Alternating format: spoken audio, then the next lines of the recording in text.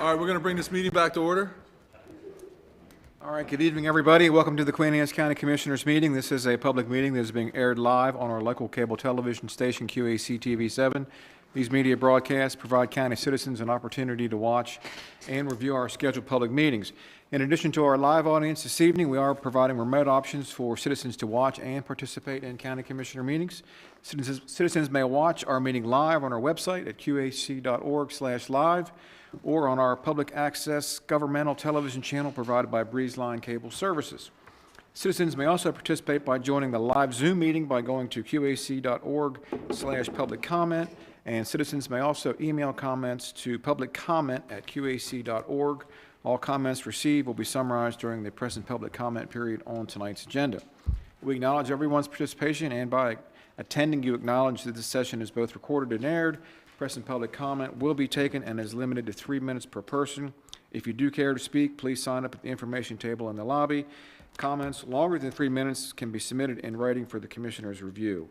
We will now stand and be led in the Pledge of Allegiance by Commission President Jim Moran. I pledge allegiance to the flag of the United States of America and to the republic for which it stands, one nation, under God, indivisible, with liberty and justice for all.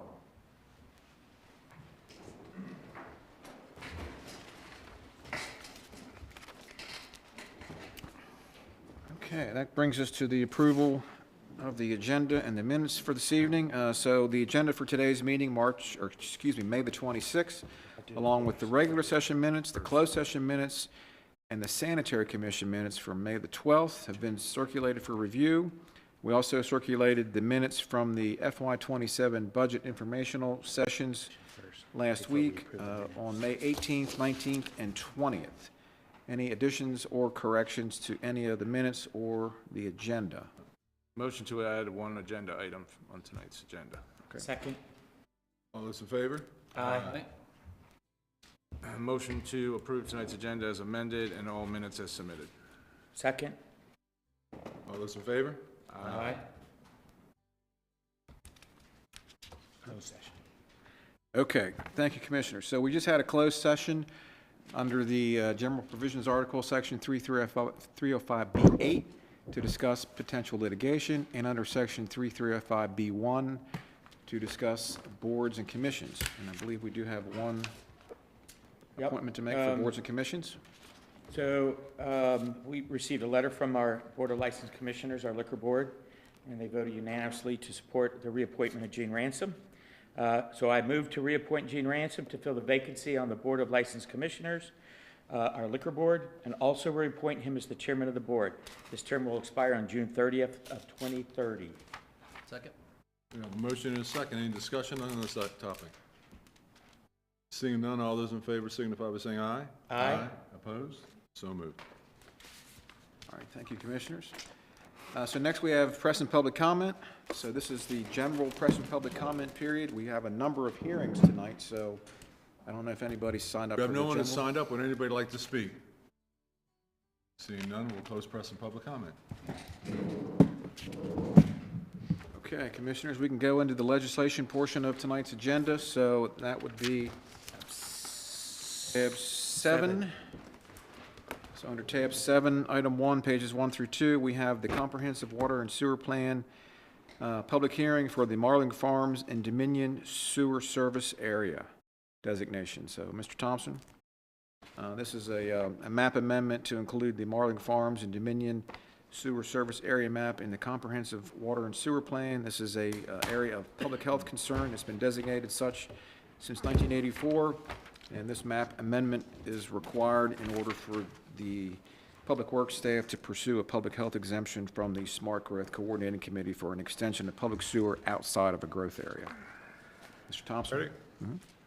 This is a public hearing being held by the County Commissioner of Queen Anne's County, 5:40 p.m. Tuesday, May the 26th, 2026, in the Commissioner's Meeting Room, Liberty Building, 107 North Liberty Street, Centerville, Maryland.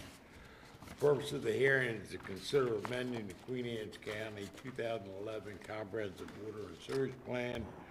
In addition to the hearing, an informational presentation was made on Tuesday, May 12, 2026. The proposal being considered is the Marlin Farms and Dominion Sewer Service Area Map. The amendment seeks to adopt the service area map for the Marlin Farms subdivision and the community of Dominion. The map was removed from the draft 2011 Comprehensive Water and Sewage Plan due to political concerns as to the actual need to service these communities, as were the Southern Canal and Sewer Service Area maps, which were subsequently amended back into the plan in 2014. The areas in question have been noted as areas of public health concern since at least the 1984 Comprehensive Water and Sewage Plan and every subsequent plan since. Text briefly defining the problem remains in the 2011 plan. The service area, we carry a sewer service designation of S3, which anticipates service in 4 to 10 years, and the project will require a subsequent map amendment to S2 should the project proceed. Copies of the proposed amendment have been available in the County Commissioner's office or electronically through a request to Alan Quimby at QAC.org. All hearing sites are accessible to individuals. Sign language interpreters and assistive listening systems are available. Part of the record of the proceeding will be a certificate of publication indicating that notice of the hearing was published for 2 successive weeks in the Bay Times and Record Observer. Sign up. Do you have anything? You want to say anything? No, Commissioners, unless you have any questions. Nobody signed up? Nobody signed up. Nobody signed up? Nobody wants to speak on this? Okay. Anyone have any questions up here? No. We hold it for 2 more weeks? Well, that was quick and easy. Thank you, Alan. And you got to go first. There you go. You're living good or something. There you go. Hey, you want to put that in there? All right, thank you, Mr. Quimby. Yep. All right, Commissioners, moving right along. Item number 2 on page 5, this is a public hearing on County Ordinance 2604. Uses allowed to occupy in excess of 65,000 square feet of gross floor area in the Airport Protection and Kent Island Gateway District. So, Mr. Thompson, you've got the legal ad there. You want to read that, please?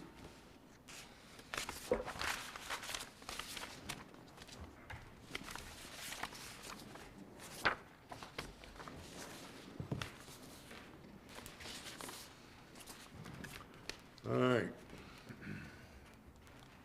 This is a public hearing being held May the 26th, 2026 at 8:50 p.m. regarding County Ordinance 2604, a bill entitled An Act Concerning Uses Allowed to Occupy in Excess of 65,000 square feet of gross floor area in the Airport Protection and Kent Island Gateway District in Queen Anne's County for the purpose of allowing boat sales and repair and marinas to occupy more than 65,000 square feet of gross floor area in the Airport Protection and Kent Island Gateway APKIG District in Queen Anne's County by amending Section 18-1-34D3 of the Code of Public Local Laws of Queen Anne's County. The proposal received a favorable recommendation from the Queen Anne's County Planning Commission. All hearing sites are accessible to individuals with disabilities. Speakers will be limited to 3 minutes each, but written testimony of any length can be submitted on before the hearing date to the county commissioners. No one signed up. Is there any public comment? You all have anything you want to say?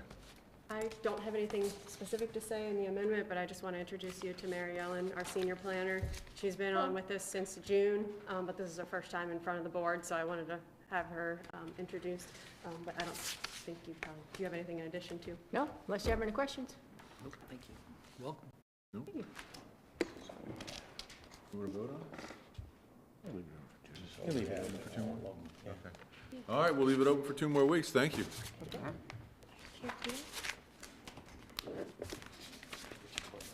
Stephanie, there wasn't no time sensitive with that, is there? All right. Not, Did I? No, nothing? Okay. Did I move? not that I'm, 2 weeks is not going to hurt anybody. I don't think so.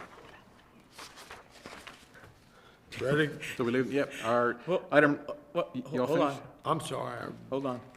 So is it okay to hold it out for 2 weeks, or is there a time issue? Are you here represent for Ryan? So I'm here for Ryan, yeah. Okay. Is there a time concern? Not that I am aware of, no. Okay. Okay. Okay. We get our Okay, point. so we'll have a vote. You had uh, that- There is. Put you on the spot. Ask me a question. It's recorded now. There you go. All right, Commissioners, item number 3 then is public hearing on County Ordinance 2607. This is for non-residential floor area in the Waterfront Village Center District. This is 2607, page number 6 in tab 7, item 3. ready? Mr. Thompson? This is a public hearing being held Tuesday, May the 26th, 2026, at 5:50 PM in the County Commissioner Meeting Room, Liberty Building, 107 North Liberty Street. The hearing's to receive public comment on County Ordinance Number 2607, a bill entitled An Act Concerning Non-Residential Floor Area Ratio in the Waterfront Village Center Zoning District in Queen Anne's County, for the purpose of increasing the by right maximum non-residential floor area, FAR, from 30% to 40% in the Waterfront Village Center, WVC zoning district, removing the non-residential floor area bonus in the WVC district, and generally modifying and addressing non-residential floor area ratio in the Waterfront Village Center zoning district in Queen Anne's County by amending sections 18.1, 26F2, and N1A of the Code of Public Local Laws of Queen Anne's County.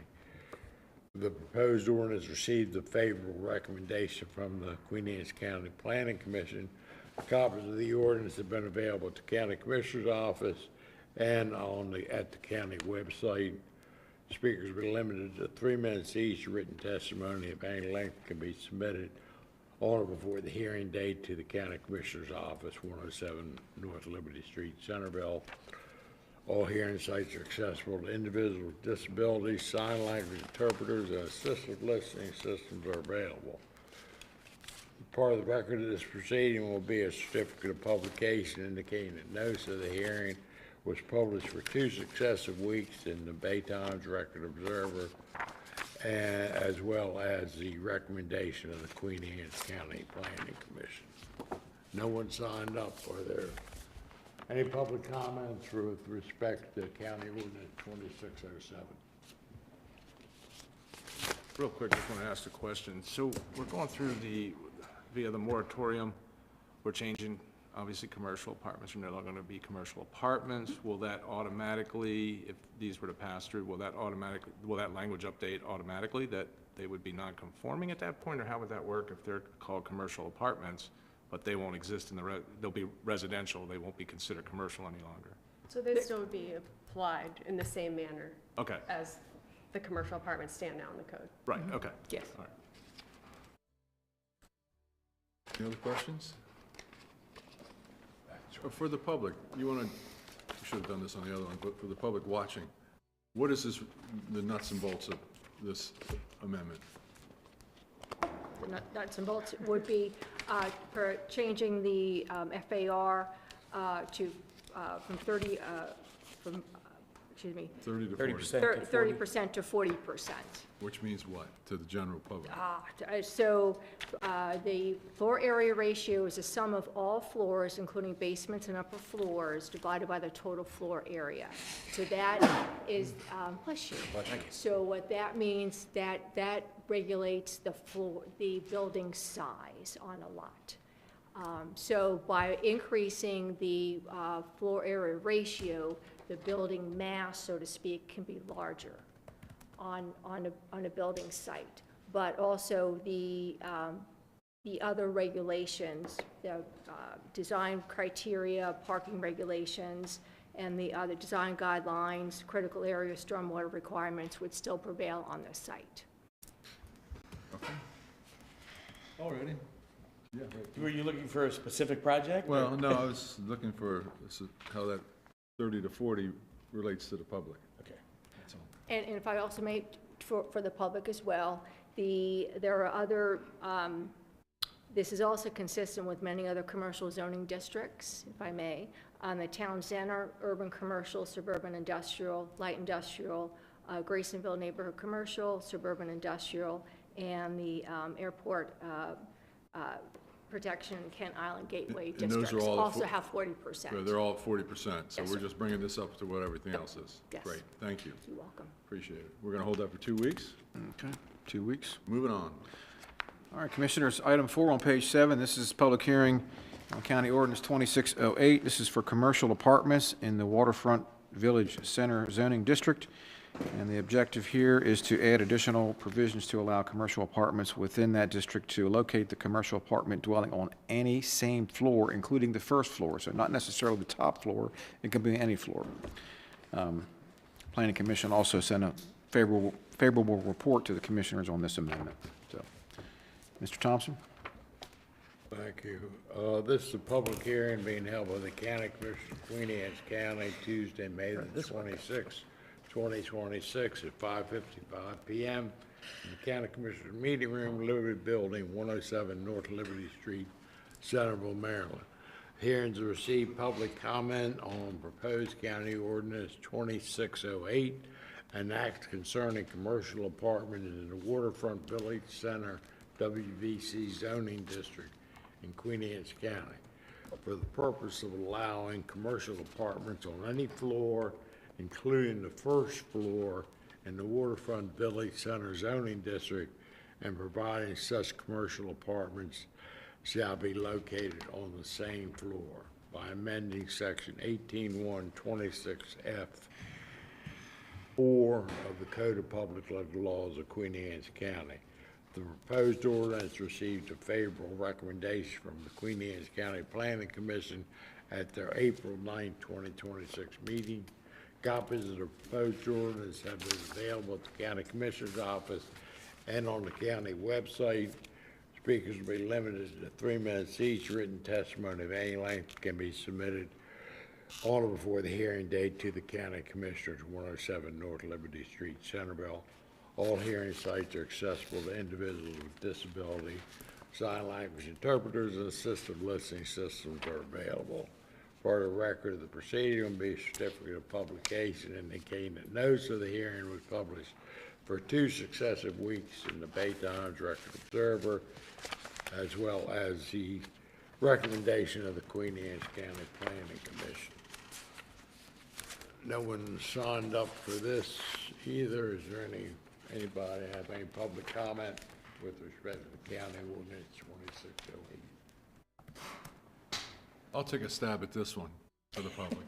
Okay. So, Rock on, just take a 4-story building right now, first floor has to be commercial. This allows that first floor to be apartments, but somewhere in that building, the same amount of square footage would be considered commercial. It could be the top floor, the second floor, the third floor, correct? Correct. There you go, one for me. Rock on. So there's no, we're not adding more apartments than what the zoning is set at. We're just moving around where your open commercial area could be. Correct. It's allowing more flexibility, and this would just be in the Waterfront Village Center District. Right. Yes. So I got a feeling we're gonna And start the finally. WVC is located where? There's only one WVC in the It's in the county? Kent Narrows. That's the Kent Narrows? Yes, sir. Yep. Okay. And this will allow them, which I think is a good idea, is use some rooftop space, 4th floor space for the views, so Yes, sir. no problem there. Any other Makes sense. questions? Good, guys? Okay, thank you. We'll hold this for 2 more weeks. That's what I want. You good? All right, continue, we have a few more of these, and these are all citizen-sponsored text amendments, by the way, so that's why it's taking a little time. We have these all stacked up here, but item 5 on page 8, public hearing on County Ordinance 2609. This is amendments to the transfer development rights standards. The objective here is to amend the transfer development right standards to allow for a transfer or parcel which is designated as open space following the conveyance of development rights to be subdivided through the administrative subdivision process to accommodate lot line adjustments, but not to be reconfigured to create a new lot. All right, Mr. Thompson? Thank you. This public hearing being held by the County Commissioner of Queen Anne's County, Tuesday, May the 26th, 2026, at 6 p.m. in the County Commissioner's Meeting Room, Liberty Building, 107 North Liberty Street, Central, Maryland. The hearing is with respect to County Ordinance Number 2609, a bill entitled An Act Concerning Amendments to the Transfer Development Rights TDR Standards in Queen Anne's County, Maryland, for the purpose of amending the transfer development rights standards to permit a transfer or parcel which is designated open space following the conveyance of development rights to be subdivided through the administrative subdivision process to accommodate lot line adjustments, but not to create additional lots, and generally addressing subdivision of open space in Queen Anne's County by amending sections 18.1.101A and 18.1.104A of the Code of Public Local Laws of Queen Anne's County. The proposed ordinance received a favorable recommendation from the Queen Anne's County Planning Commission at their April 9, 2026 meeting. Copies of the ordinance have been available at the County Commissioner's office prior to the hearing and also online on the county website. Speakers will be limited to 3 minutes each. Written testimony of any length can be submitted all before the hearing dates. All hearing sites are accessible to individuals with disabilities. Sign language interpreters and assistive listening systems are available. Part of the record of the proceeding will be a certificate of publication indicating that notice of the same was published in the Bay Times Record Observer for 2 successive weeks prior to tonight's hearing, as well as a recommendation of the Queen Anne's County Planning Commission. Jeffrey Thompson. Thank you, Mr. Thompson. You want to come up here? Commissioners, thought I'd give Mr. Thompson a break without anybody testifying. You're wearing him out. This bill is really about being able to permit administrative subdivision, which is really just a lot line adjustment between 2 adjoining property owners for TDR open space.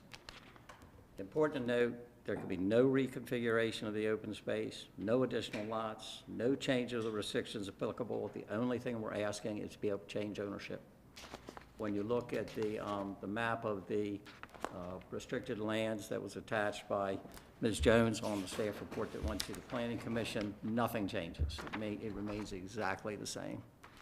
And we need, as she pointed out in her report on page 3, flexibility, because you never know where you're going to draw that line. Back when these open space areas were created, nobody thought they might ever even sell their farm. Now we're trying to sell, and where do you cut the line? And you might want to cut it along a stream bed. You might want all the farm field to go on one parcel and the woodland on another parcel. You might want to run down a hedgerow. You're going to take into consideration the roads on the farm. It's just a common sense amendment to allow people to subdivide their farms in a way that makes sense. I mean, that's really what it comes down to.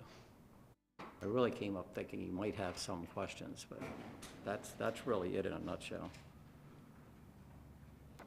Anyone else sign up? No one else signed up, eh? Any other? Wherever you're comfortable. I'll give you a seat. All right. By the way, Commissioners, the sign-up sheet was taken away before we came in. I think Mr. Parker and I both wanted to sign up, but it wasn't there, so. Commissioners, good evening. Jay Falstead, Queen Anne's Conservation Association. My comments on Ordinance 2609 are going to mirror my comments on 2610. I'm going to recommend a no vote on this for right now, but with an asterisk behind it, which I'll come to at the end. But just for the record, we're not going to be voting tonight at all. I understand, yeah, and I'm going to submit some additional things later on. In any case, both the TDR program and the NCD program represented an agreement between the landowner and the county when these landowners signed up for it. They knew what they were getting into. They sold their development rights or transferred their development rights, whatever the case is, and that's now included in their deed. And so I understand what Mr. Thompson wants to do by moving the lot lines, and I'm not necessarily opposed to that. But I also fear that you're opening up Pandora's box, because even though the open space may not be reconfigured, by moving the lot lines, you could open the door for land use abuse in the way that you could open it up for not only farm uses, which are already in our code, but non-farm uses. And if you look in our code at just the non-farm uses that could be allowed on farmland, you could have things like tennis courts, lighted tennis courts, pickleball courts, all this stuff that could ultimately be added. And so you've got landowners right now who have purchased property in either one of these programs thinking that this is deed-restricted open space and may end up having to deal with something later on. Commissioner McLaughlin, you'll know full well on this, just with the landfill proposal over outside of Centerville. All those people knew what they were signing up for when they bought that property. And now, years later, they're saying, oh no, we don't want a landfill. Imagine something non-farm related coming into the equation at this late date. You're gonna have this room filled with people saying, a bunch of NIMBYs, and I'm always on the side of the NIMBY, saying, you know, we don't want this next to us, or we don't want that in our neighborhood. And so I just feel like you're opening up Pandora's box. The asterisk part, I believe there's a way to solve this. I'm not opposed to lot line adjustment, and what I'd like is the opportunity to work with Mr. Thompson on both these ordinances and try and come up with a solution that takes away the non-farm abuses that could occur. If we're going to have lot line adjustments, where does that end? Right now, there's 10,000 acres in both of these programs divided by 128 landowners. If you allow it for them, you're going to have to allow it for everybody. And so with that, I'll end it, and unfortunately, I'll have to repeat some of this on the next ordinance. Yes.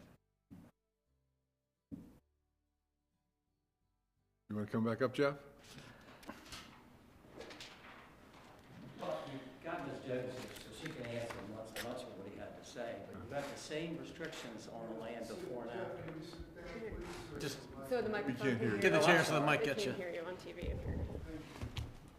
You have the same restrictions applicable before and after. Nothing different, nothing changes. That's the whole reason we drafted it the way we drafted it.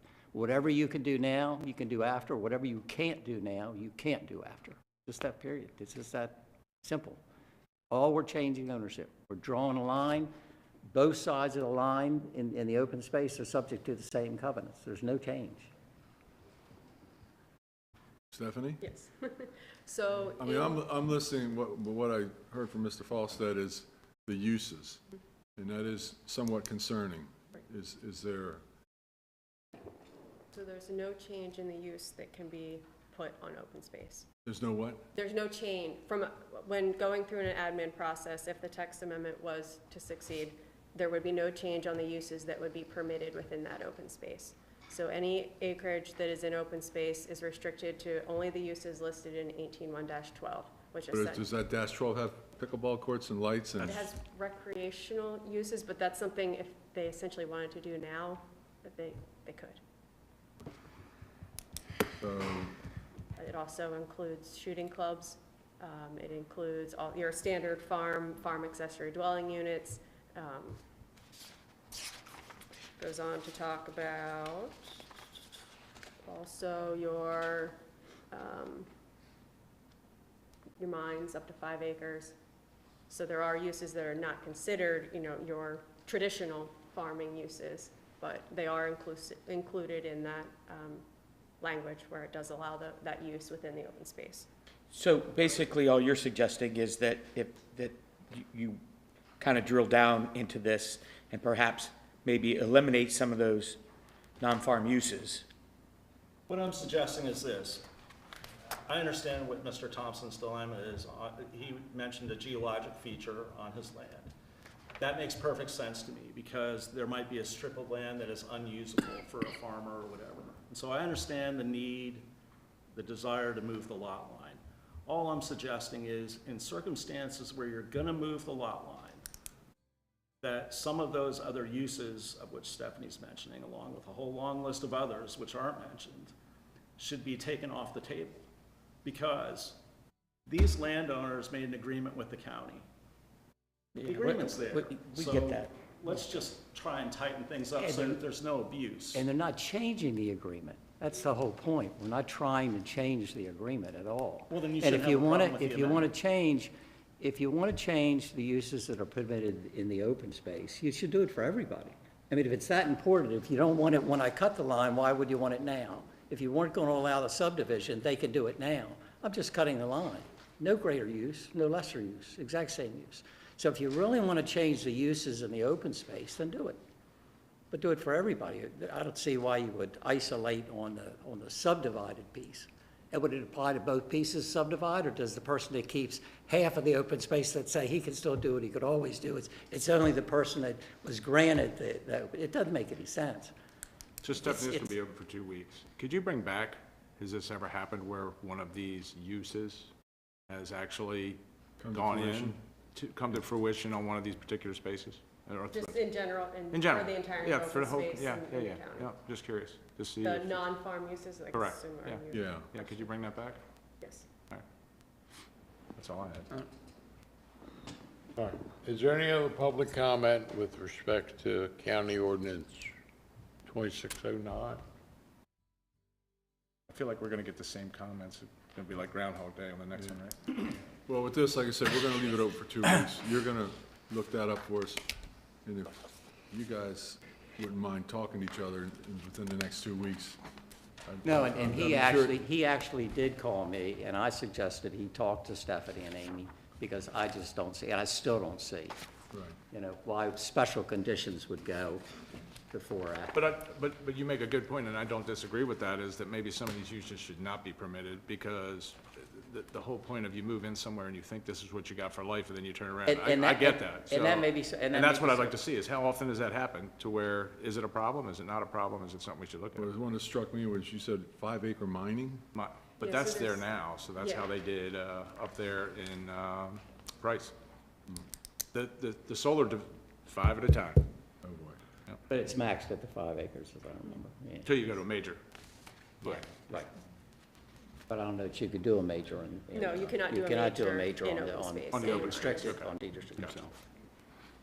Very good. all right.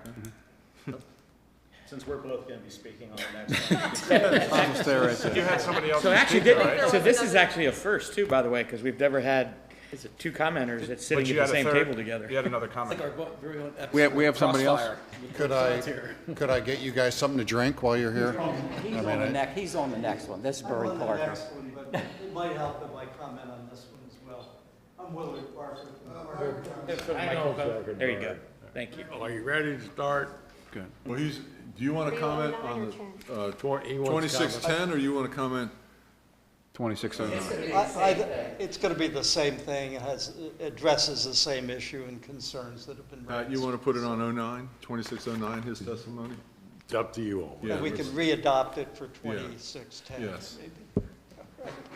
Go ahead. I'm Willard Parker from Parker Counts in Easton. I represent Ann Goodman and her husband Jamie, who own 14 acres of land adjacent to 150 acres of open space in the Meadows Edge subdivision on Dean Road. They wish to buy a portion of that property. An organic farmer wishes to buy the remainder of the property. They can't do it currently under the ordinance without the amendment that we're proposing in 2610. It's open space on a non-contiguous subdivision. Mr. Volstad's concerns, I think, are unfounded when you actually read the deeds of easement between the landowners that created these open space areas on non-contiguous subdivisions and the county.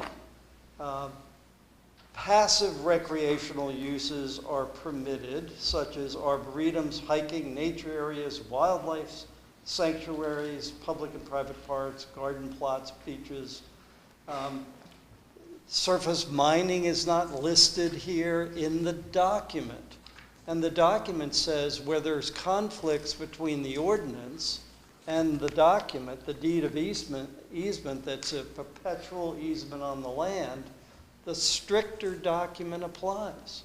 So the county has anticipated the possibilities of more intense or less conservative conservation-oriented uses on these open spaces by the creation of the deed of easement. The administrative subdivision process is an exhaustive, multi-agency input into that process, and they can certainly put restrictions, additional restrictions if need be, but I suggest to you that the area of dirt that's covered by the deed of easement is not going to change. The restrictions are not going to be changed. Mere ownership of portions of that dirt will change so that adjoining landowners can share in the ownership of the land. Happy to answer any questions that you have. Thank you. Can you submit the information you have, because I don't have that? One of the recorded deeds of easement? Yeah. Can I give it to Mr. Thompson? Yep. Perfect. The younger Mr. Thompson. So Pat, You're being kind. I guess we'll start with 2610 and let you, Stephanie. Yeah. Second. Which one? Here. Yeah, so in your books, Commissioners, item number 6, page 9, this is County Ordinance 2610, amendments to the non-contiguous development NCD standards. Matt? This is a public hearing being held by the County Commissioners of Queen Anne's County, Tuesday, May the 26th, 2026, at 6:05 p.m. in the County Commissioners Meeting Room, Liberty Building, 107 North Liberty Street, Centerville. The hearing's on proposed county ordinance number 2610, a bill entitled An Act Concerning Amendments to the Non-Contiguous Development NCD Standards in Queen Anne's County for the purpose of amending the non-contiguous development standards to allow a non-contiguous and developed parcel which is designated open space to be subdivided through the administrative subdivision process to accommodate lot line adjustments, but not to be reconfigured or to create new lots, and generally amending and addressing the subdivision of open space created on non-contiguous and developed parcels under the Queen Anne's County zoning ordinance by amending section 18198 of the Code of Public Local Laws. This proposed ordinance received a favorable recommendation from the Planning Commission at their April 9, 2026 meeting. Copies of the ordinance have been available to the County Commissioner's Office and on the county website. Speakers will be limited to 3 minutes each. Written testimony of any length may be submitted on before the hearing date to the county commissioners. All hearing sites are accessible. The individuals with disabilities, sign language interpreters, and assistive listening systems are available. Part of the record of the proceeding will be a certificate of publication indicating that notice of the same was published for 2 consecutive weeks prior to tonight's hearing, as well as the recommendation of the Queen Anne's County Planning Commission. Jeff, you've signed up. Do you want to have anything else as Yeah, I'll speak. And Mr. Parker asked if he could come up. The way this particular version came about was Mr. Parker filed on behalf of the Goodmans a proposed amendment that would have permitted the subdivision of the developed parcel open space. I then, on behalf of Shirley Schaefer, filed an amendment of the same section in order to permit the subdivision of the non-contiguous parcel, which is the transferor parcel. You know, you transfer the rights over that parcel. clearly in conflict. So then I drafted one on behalf of the Grays, trying to incorporate both of our wants and needs. And then Ms. Jones corralled us all together, and we tweaked it. And it became what I ended up calling the reconciliation language for 3 competing text amendments. And that way she didn't have to deal with, you know, what's good and what's bad. We all kind of agreed this was the best solution, and that's what we're here to consider tonight. Really, what Mr. Walker said about it is a deja vu, because it's the same thing except for, of course, TDRs are about critical area and NCDs about upland. That's the only difference. So we're trying to make the same amendment that I proposed for TDRs for non-contiguous, both the transfer parcel and the receiving parcel. But it's the same pitch. We aren't reconfiguring, we aren't creating any new lots, we just want to be able to subdivide it only administratively with an adjoining lot owner, so it's a lot line adjustment. No real change, you know, other than that, to be honest. It's the same pitch. I could give it to you again, but there's really no need. It's just one's critical area and the other's upland. But it's to allow, and Stephanie again, Ms. Jones again in her report for the non-contiguous point, it's about flexibility. It's given us the flexibility to cut those lines on a farm in areas where it makes sense to cut those lines. On our personal farm, there's literally a branch with a ditch that's 50 feet deep. Barry Waterman owns the adjoining property. He can't get across there, not in any vehicle, and he's going to have a lot of guts if he goes down there and tries to get up the other side. So back when we did our subdivision 25 years ago, his predecessor didn't pay for the land. I created an easement that gave us all the use of the land. So right now I have all the use. Hunt, fish, timber, till it, do anything we want to do on it. I just want to fix it. I mean, so for my personal on the TDR, it's a fix-it question. Same for people with the NCDs. I mean, they need a reasonable way to carve, you know, those lines between their respective parcels in a way that makes sense. This use issue, Barry did point out, I mean, those covenants I've written, God knows how many of them, they talk in terms of passive recreation. So I'll depend on Ms. Jones to report back to you what that really means, because I don't think it includes pickleball courts and the like. I don't think it includes that at all.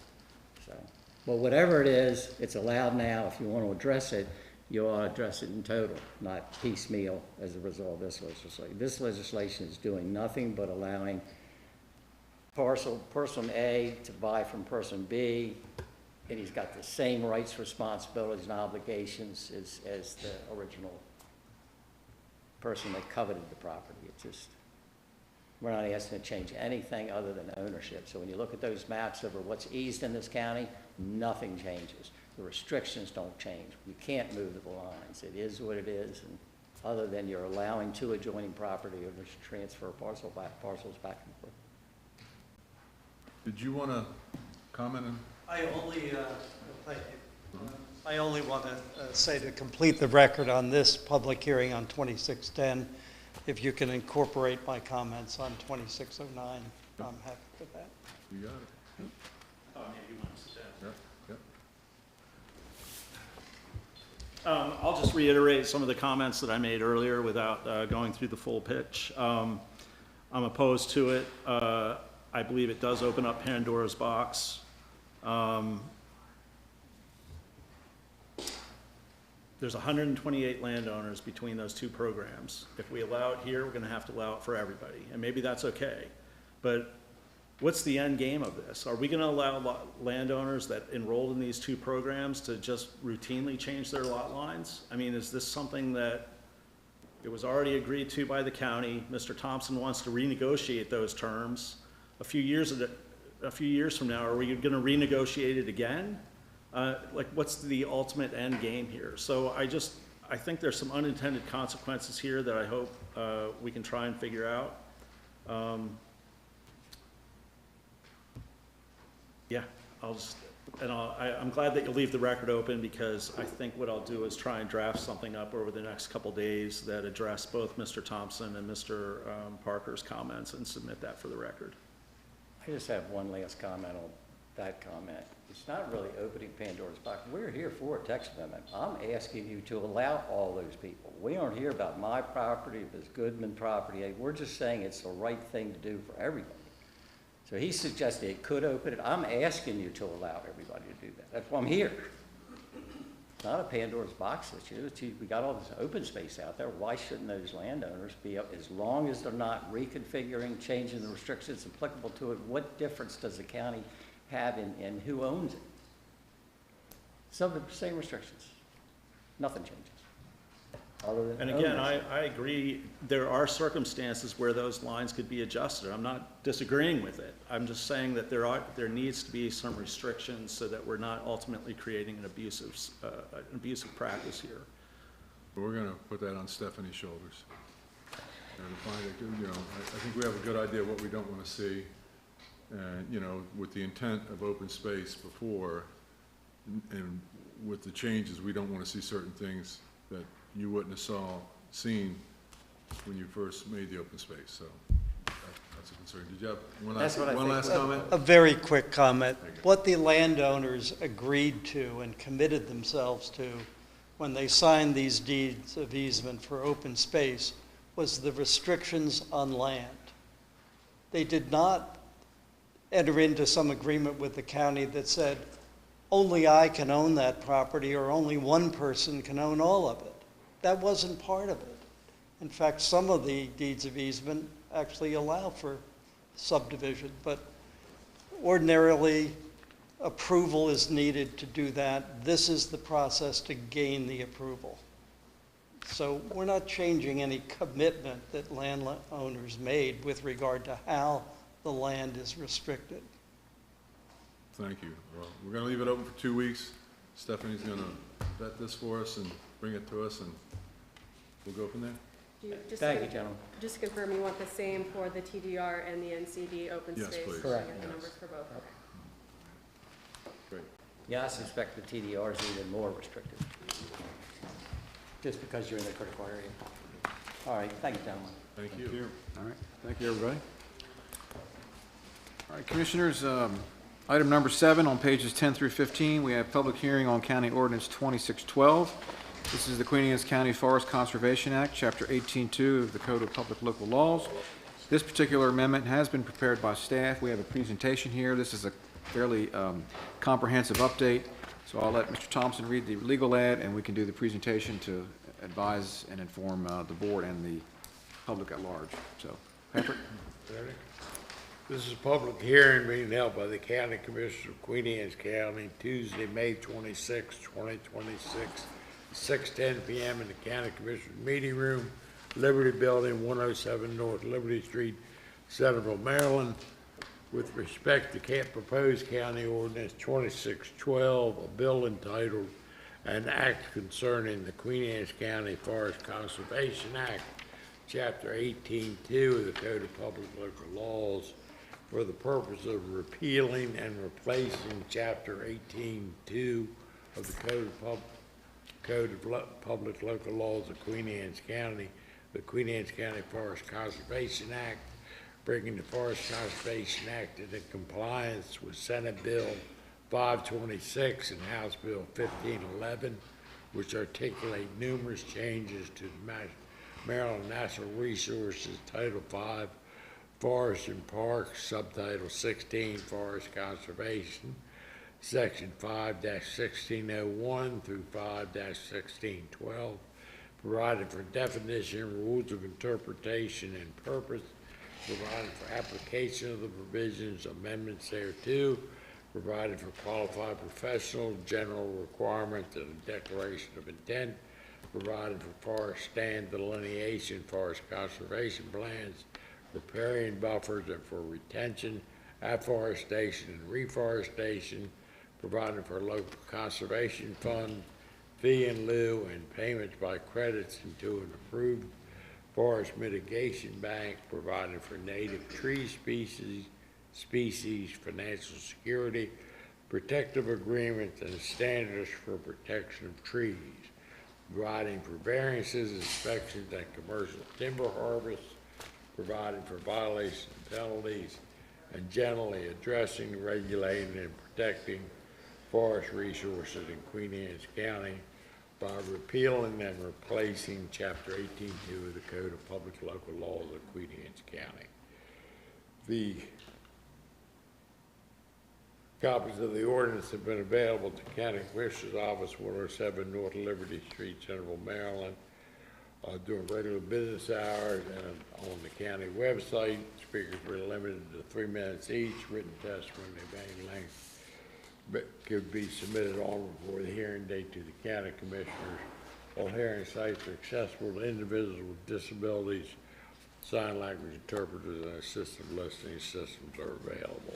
For the record of this proceeding will be a certificate of publication indicating that notice of the hearing was published for 2 successive weeks prior to tonight's hearing in the Baytimes Record Observer. No one has signed up to testify. You have anything you want to? Yeah. First, I'd like to say thanks to our entire department. This was kind of a full entire department kind of work. So I'm going to let Doug give the presentation, but everyone I think in the office deserves credit on this one. All right, good evening, Doug Summers, County Planner. This evening I just wanted to provide a brief presentation on proposed Forest Conservation Act update and text amendment 2612. Very quick background, between 2019 and 2022, several state level legislative measures and directives resulted in a comprehensive statewide forest analysis and study. Out of the study, 2 bills were passed by the Maryland legislature in 23 and 24. The legislation led to a policy shift for the state from no net forest canopy loss to a net gain of forest canopy.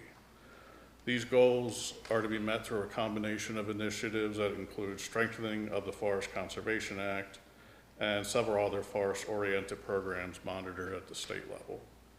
The deadline for implementation of the Forest Conservation Act code updates has been set for July 1st by the state. For the Forest Conservation Act, applicability will remain the same as it applies to site plans, subdivisions, and grading and sediment permits. There are some changes to exemptions that have been introduced to include reduction in the scope of inter-family transfers. There's an exemption from afforestation requirements for solar projects, and there's a few new exemptions related to stream restoration and residential housing. One of the biggest changes is a 1-to-1 reforestation rate. So essentially, if you cut a tree, you have to plant a tree. The only exception to this standard would be within the growth area and with multifamily housing projects, in which the rate is reduced to 1/2-to-1. Another substantial change is riparian buffer requirements. Any unforested riparian buffers on a property that falls under the Forest Conservation Act has to afforest or that has afforest or reforest requirements would need to completely plant the unforested length of their buffer. A couple other additional changes include the county must now approve any clearing within priority forest areas. There have been new areas added to that list. Public notification is required for all forest plans. The forest stand delineation types have been expanded. A judicial review process has been introduced at the state level, and there's been a proposed fee in lieu rate increase to ensure the county meets state mandated canopy requirements. This rate has been aligned with the current critical area rates. So in preparation for these changes, the planning department has been busy reviewing and updating documentation on all forest conservation easements in the county. We've collaborated with our GIS team to create new environmental layers and to map all existing easement areas. The department has revised worksheets, checklists, and other related legal documents, and the team has worked diligently drafting county code language based on the state's ordinance and annotated code. DNR has provided essentially approval on our language, and it received a favorable planning commission recommendation. The last thing we did was evaluate those current fee in lieu rates, which have remained unchanged since the mid-90s, to ensure they generate sufficient funding to meet state mandated canopy goals. While fee in lieu is typically only accepted when all other priority measures have been exhausted or cannot be reasonably met on site, it's important that the rate accurately reflects the amount needed to achieve the program goals. This includes the kind of presentation. At this time, we were seeking adoption of 2612 to include a new technical manual and approval of any or updated fee in lieu rates.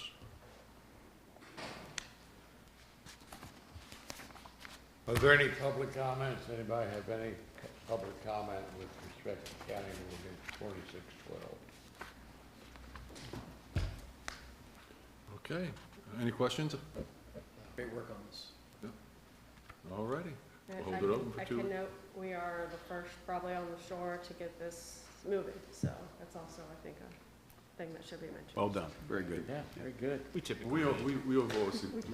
We've always expected that. I mean, I just assumed. Be disappointed if you came in and said we're ninth. Thank you. Yeah, we never want to be behind Talbot. That's it. No doubt. You guys You are for now. Had 2 or 3 more. All right, thank you, commissioners. Thank you. All right, we have 2 more Patrick, we're legislative gonna items celebrate this for consideration tonight. Item 8, pages 6 through 18, we have County Ordinance Number 2605, supplemental standards for gas stations. The objective of this ordinance is to amend the required distance and point of measurement from which entrance and exit from a property that contains fuel pumps, underground fuel storage tanks, and islands, canopies, and canopies are required to be from the intersection. So that's the intent of this ordinance, another citizen-sponsored text amendment. It is here for your introduction. And I will say that the Planning Commission did not have a favorable report on this particular Yeah. amendment. I'll introduce that one. Okay, thank you, Commissioner. And I'll take the next one. Okay. All right, moving on, number 9, item 9, pages 19 through 21. This is County Ordinance 2606, maximum impervious surface ratio in the suburban commercial district. Also, this is for introduction. The intent of this text amendment is to increase the maximum impervious surface ratio for commercial and industrial uses in the SC district that were operating prior to December 31st, 2025, from 0.45, 45%, to 0.80, 80%. I'll introduce 2606. And also, I'll mention that this also did get an unfavorable recommendation from the Planning Commission, those 2. So we'll have hearings for those 2 bills June 30th. June 30th. Okay, all right? Thank you. All right, thank you both, Stephanie and Mr. Thompson. Excellent. So that concludes all the legislative items for this evening. We can move into the presentations portion of the agenda now? Absolutely. All right. So if you want to turn over to tab number 6, tab 6, item 1. Item 1, page 1, we have our friends for the Motorcycle Safety Awareness Month. Gentlemen, you want to come on up? We have Ken Eaton, Executive Director of ABATE of Maryland, for Proclamation 2609. And please, Ken, introduce your guests here. I have with me today Gloria Calley, a longtime member of ABATE of Maryland and resident here of Queen Anne's County, and Mark Kersner, also not quite as long-time member, but a while, and a resident here in Queen Anne's County. Excellent. I'm also a resident, but it's kind of like the Hair Club for Men. I'm also the executive director for the state. All right. As a resident of Queen Anne's County, would expect nothing less from you. That's right. You want us to proclamation first? Or you I guys- can speak why don't real you quick. do your presentation. Yeah, and- I can speak real quick. I don't have a formal presentation for you, but May is Motorcycle Safety and Awareness Month across the country. So we joined together with organizations like ourselves, who are state motorcycle rights organizations or other clubs and riding groups that go throughout the country, requesting proclamations such as this and awareness events throughout the country so that we can raise awareness and safety concerns about motorcyclists. And it's really not just about telling the car drivers to look for us. It's about telling the motorcyclists to make sure you're ready for your ride and make sure that you follow all the rules and regulations, as well as the cars. So we all want to just share the road. Tomorrow we'll have our last MVA branch awareness event. We did 3 across the state, one in Hagerstown, one in Salisbury, and tomorrow we'll be in Southern Maryland, having the MVA officials, Chrissy Nizer will be there, and we'll have some of the So local. just a brief description of that event, one of them. Really what we do is show up at the branches. The motorcycle safety program from MDOT is there and has some literature that they can share with people to raise awareness for motorcyclists and motorists. A-Beta Maryland will have a table there so that we can share what we do throughout the state. Like I say, Chrissy Nizer will be there and present some awards to basically A-Beta and other organizations. We'll have some regional politicians show up. There's been a new law passed this year that we helped with that added a question to the pool of questions for driver's licensing exams in Maryland. So previously, there's, I think, 130 plus or minus questions that are available in the pool of licensing in general, not just motorcyclists in Maryland. The law that got passed this year requires that at least one question that shows up on everyone's exam is about motorcycle safety and awareness. So at least we got one in there. And there's no sense in trying to remember the other ones because it probably won't appear on the test again. You're right. But thank you very much for, once again, recognizing May as Motorcycle and Safety and Awareness Month here in Queen Anne's County. We really appreciate it. Awesome. All right, well, I have the privilege of reading the proclamation, 2609. Whereas safety is our highest priority for the streets and roadways of our county, and whereas Queen Anne's County is proud to be a supporter of motorcycle safety, education, and awareness, and whereas motorcycles are a common and economical means of transportation that reduces fuel consumption and road wear and contributes to a significant way to the relief of traffic, parking congestion, and whereas it's especially meaningful that the citizens of the county be aware of motorcycles on the roadways and recognize the importance of motorcycle safety. And whereas the members of the Midshore chapter of ABATE of Maryland Incorporated continually promote motorcycle safety, education, and awareness to the general public in our county and state. And whereas all roadway users should unite in the safe sharing of roads throughout Maryland. And whereas we encourage all motorists and citizens to join together in an effort to improve the safety and awareness on our roadways. Now, therefore, we, the County Commissioners of Queen Anne's County, proclaim the month of May 2026 to be known as Motorcycle Safety Awareness Month. I'm going to doll this up a little bit here for you real quick. Hope my dentist is not watching.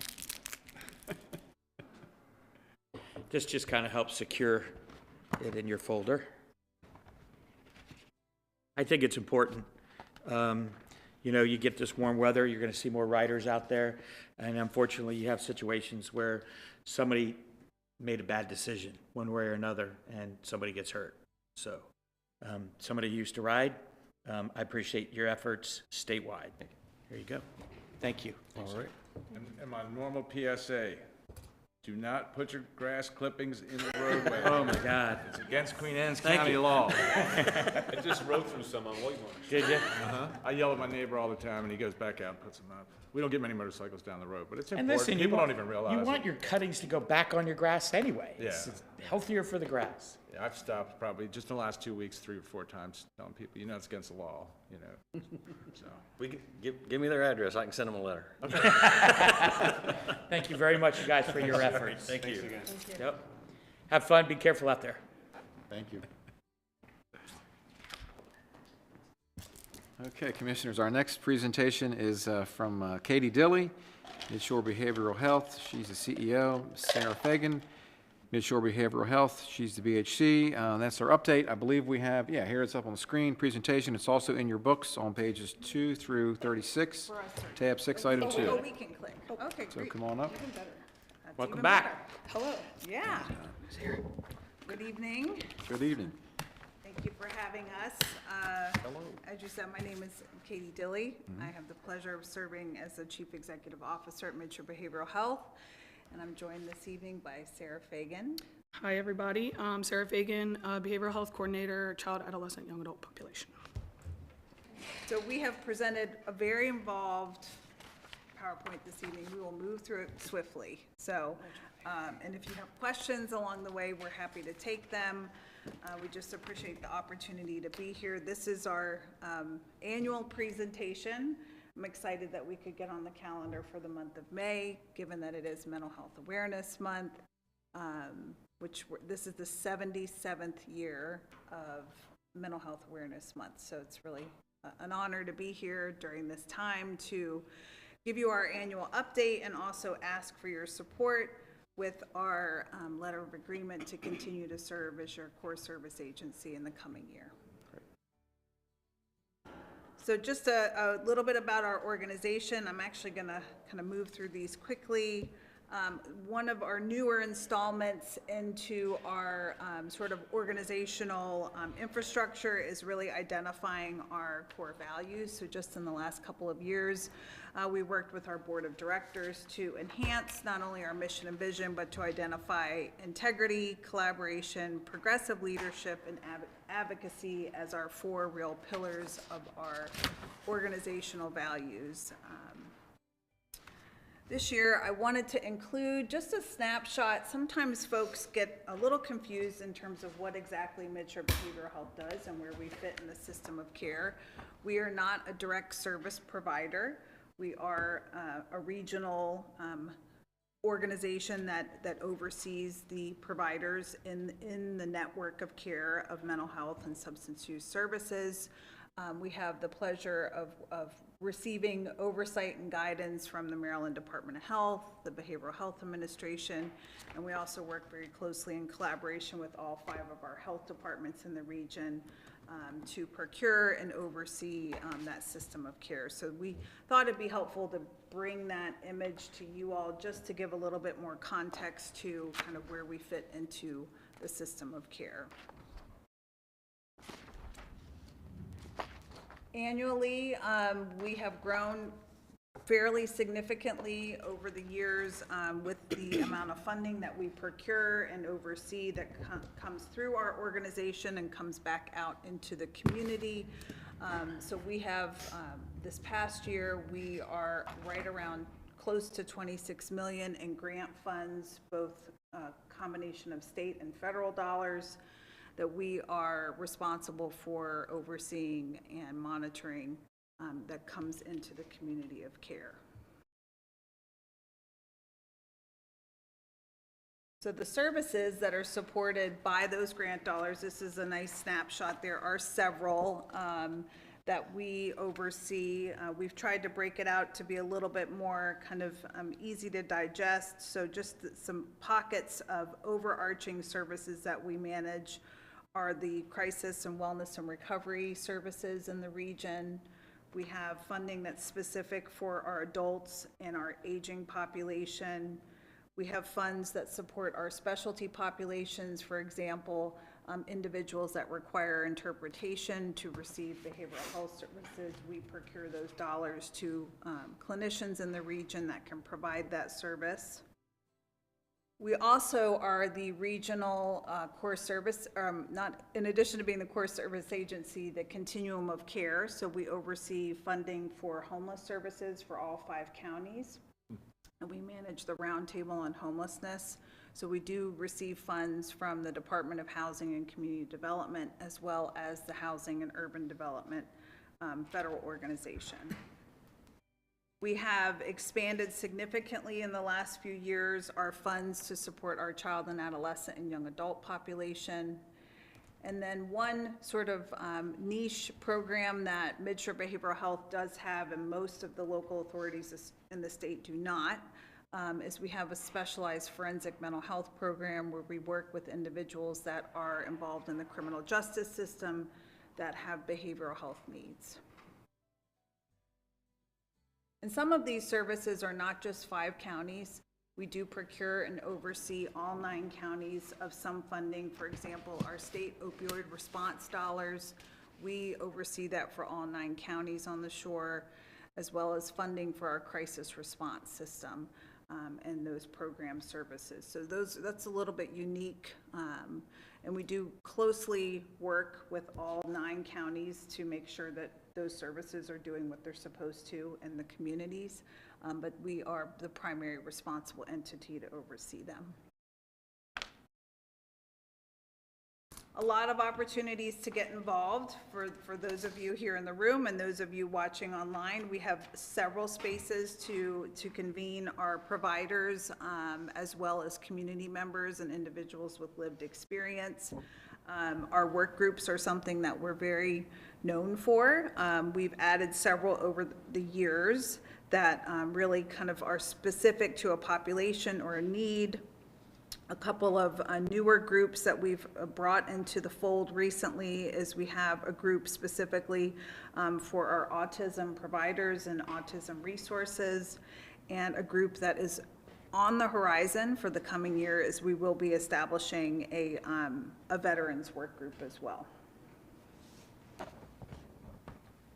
Alrighty, I'm gonna go through some regional highlights. You can go to the next one. Yep. I'm gonna start with crisis response highlights.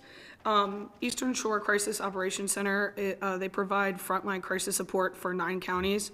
In fiscal year 25, there were 8,435 calls that came in. And then for fiscal year 26, just the first 6 months, there were 3,671 that came in. There was a crisis intervention training that was facilitated, and in fiscal year 25, 23 individuals were trained, and then in the first 6 months of 26, 30 individuals were trained. We're also pushing out the 988 initiative a lot, and this is through SAMHSA, it's the Suicide and Crisis hotline. You can text, you can call. It's really convenient for the youth especially. What's the response time on that? Oh, it can vary. We're working on that. Is texting faster? I don't know the statistics on the text response, if it's faster necessarily. There are the hotline averages can vary. I know that we have had some issues with how swiftly calls have been responded to, and we're working with the administration and also at the federal level to try to work out those kinks. I don't know the answer in terms of the text versus call, but we can follow up on that. I do know that one thing that recently was reintroduced to the 988 hotline was the press 3 option that had been removed. It is now back, which is the option for our individuals that are LGBTQ or and have a call that's more in that nature, that they can press 3. That option had been removed temporarily, and it is back. So that's a positive thing. Did they remove the survey? The survey? The survey request at the end? I don't think they'll be removing that necessarily.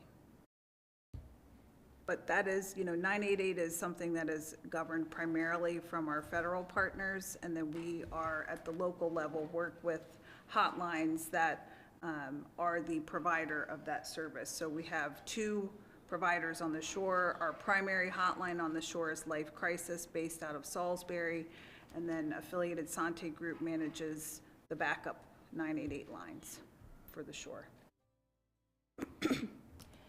So now we're going to look at the mobile crisis team dispatches. That's a 5-year comparison. The bottom line, the green line, is Queen Anne's County specific.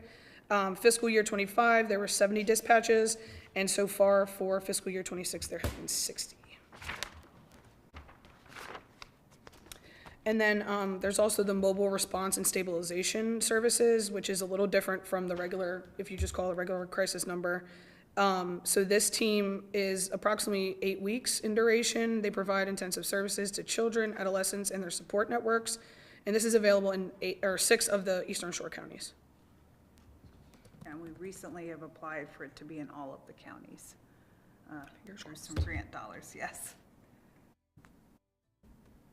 Okay, so this is a newer program to Mitchell Behavioral Health as well as to the state of Maryland. So the Community Support Partnerships is funding that has come through out of Maryland's Blueprint dollars, dollars to be earmarked specifically for our Consortium on Coordinated Community Supports, which is funding for behavioral health service expansion in our public schools.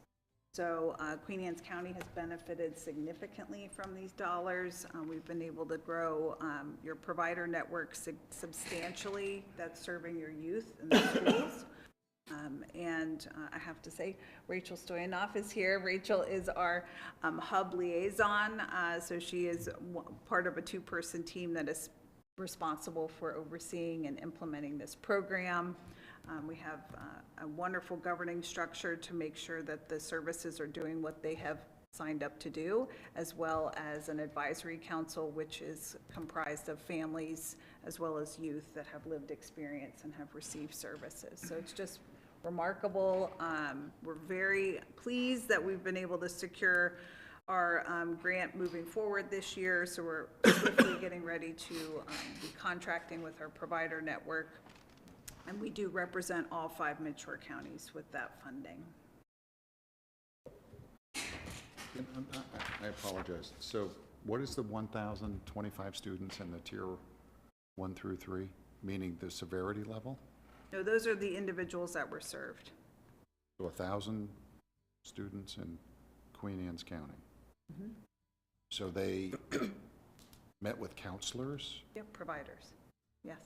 Provided by Midshore? No, we're not a provider. We have a Right, provider provided- network that is funded. Who's our provider in the county?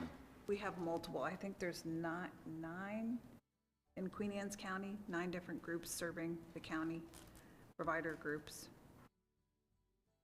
Not all of them are funded through these dollars. There were some in place that had contracts with the schools already before these dollars became available. This is just allowed for those services to expand greatly, and also include substance use services as well.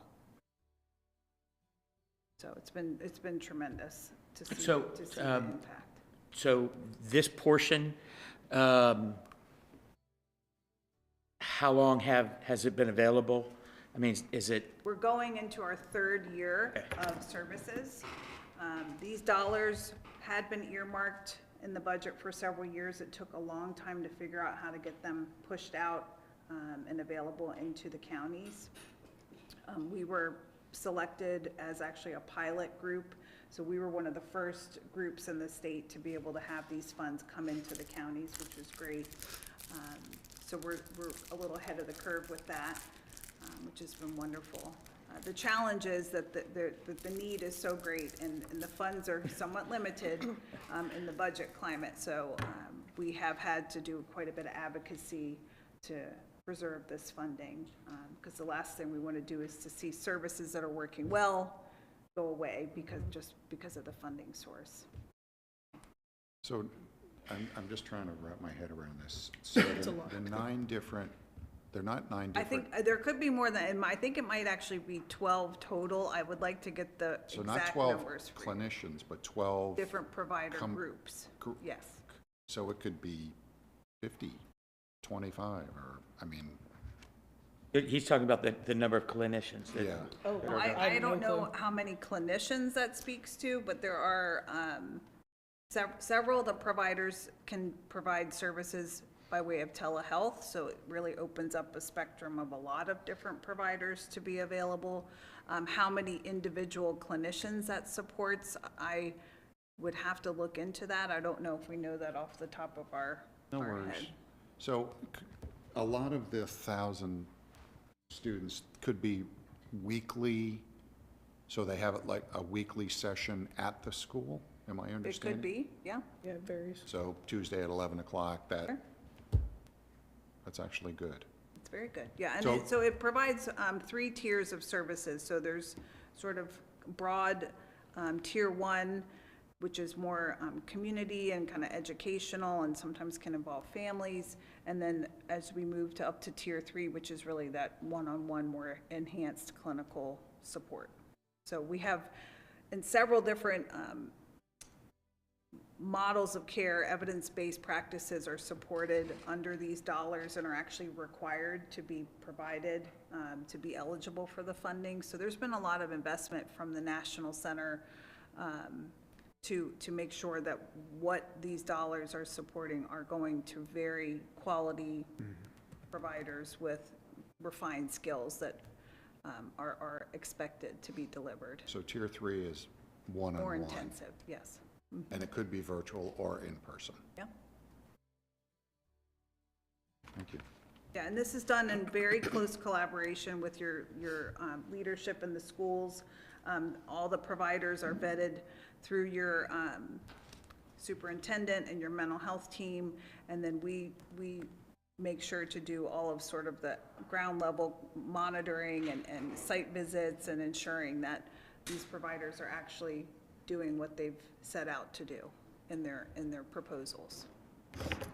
But it's a pretty complex procurement process. They make us apply year over year for these dollars, and a lot of administrative lift to just make them available. But that's our job, and it's okay. That's what we do.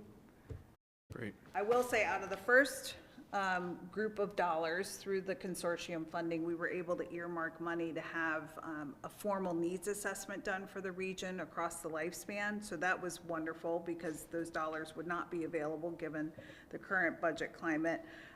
So we did contract with an organization called Due East Partners to partner with our organization to do a full spread assessment, which actually was this time last year coming to a close end. We wrapped up that needs assessment at the end of June of fiscal year 25, and wanted to highlight just a couple things that came out of that assessment that may be of interest. So no surprise that top 2 things that showed up really across the board were, or top 3, housing needs, mental health services, and transportation, which we know is a very complex issue on the shore. Lots of concerns just around mental health and substance use.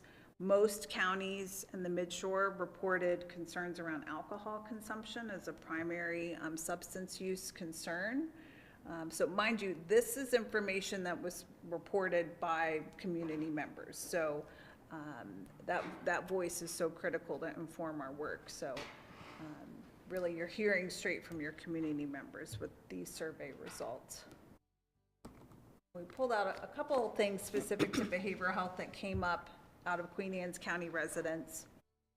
So as I mentioned, that piece around alcohol was brought up. Also just concerns around depression and just mental health in general. One thing that I think we're on a path to see our provider network starting to grow and get a little more traction with infrastructure in the county, but the ratio of residents to provider availability in the county is challenging. So, you know, we find that a lot of members are going to neighboring counties to receive services, like Talbot County. So we're working on that. We've actually had quite a bit of movement in the last year, especially with substance use providers of different forms, different levels of care coming into the county. So that's positive movement.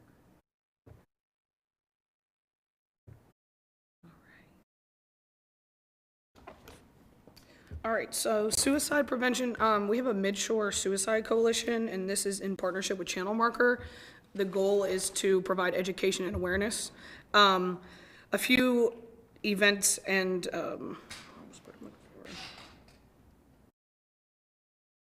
events, we'll just start with events. So we had Kevin Hines, if you guys have ever heard of him. He had a Stay Alive presentation. We've established the Lethal Means Subcommittee, Out of the Darkness Walk. And then we're having a community event at the Queen Anne's County YMCA on June 5th, and that's from 4 to 7. Bridging our community, building hope and connection. It's going to focus on youth wellness, and there is going to be a presentation by Matt Runnels, if you've ever heard of him. He's an internationally known speaker, a gentleman with lived experience, actually a survivor of suicide. Same with Kevin Hines, too. Right, and his niche is really working with students. So we're excited to welcome him here at the Y here in Centerville next week. That's great.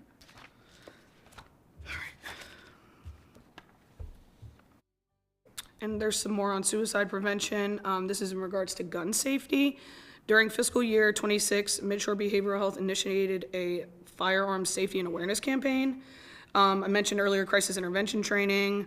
There's been over 900 gun locks and safes distributed. And then there's some data right there comparing deaths by firearms versus other lethal means. And in Maryland, there were 599 suicide deaths. 45% of those involve firearms, and that's up 1.8% from 2022.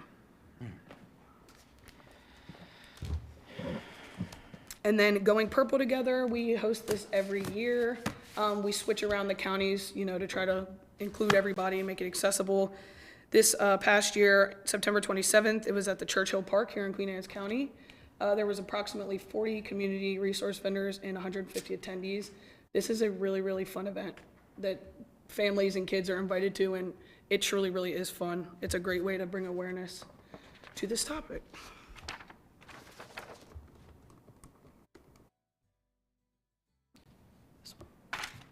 Want me to do this? Yeah.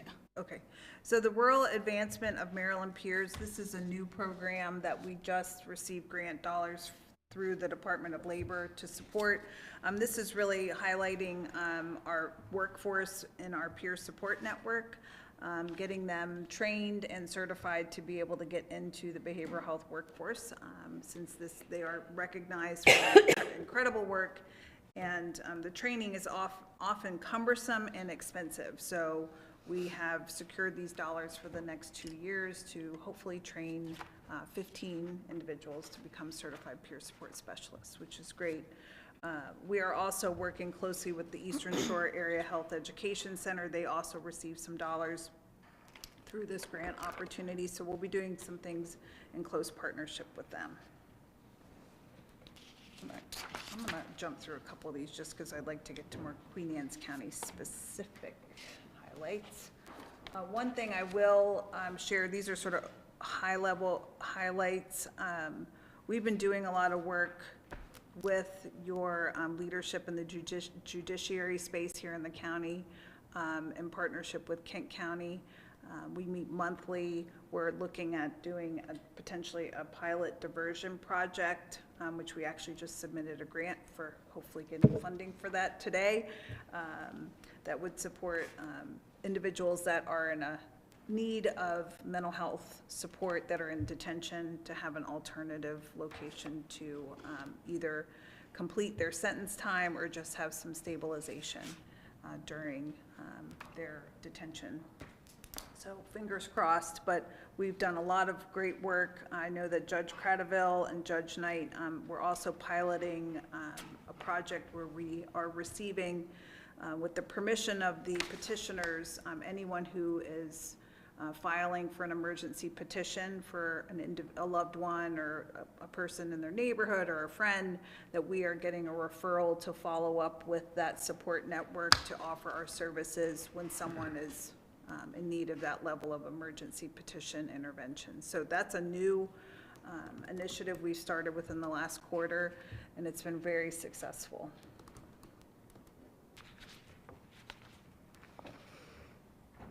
Okay, just a couple of our signature events.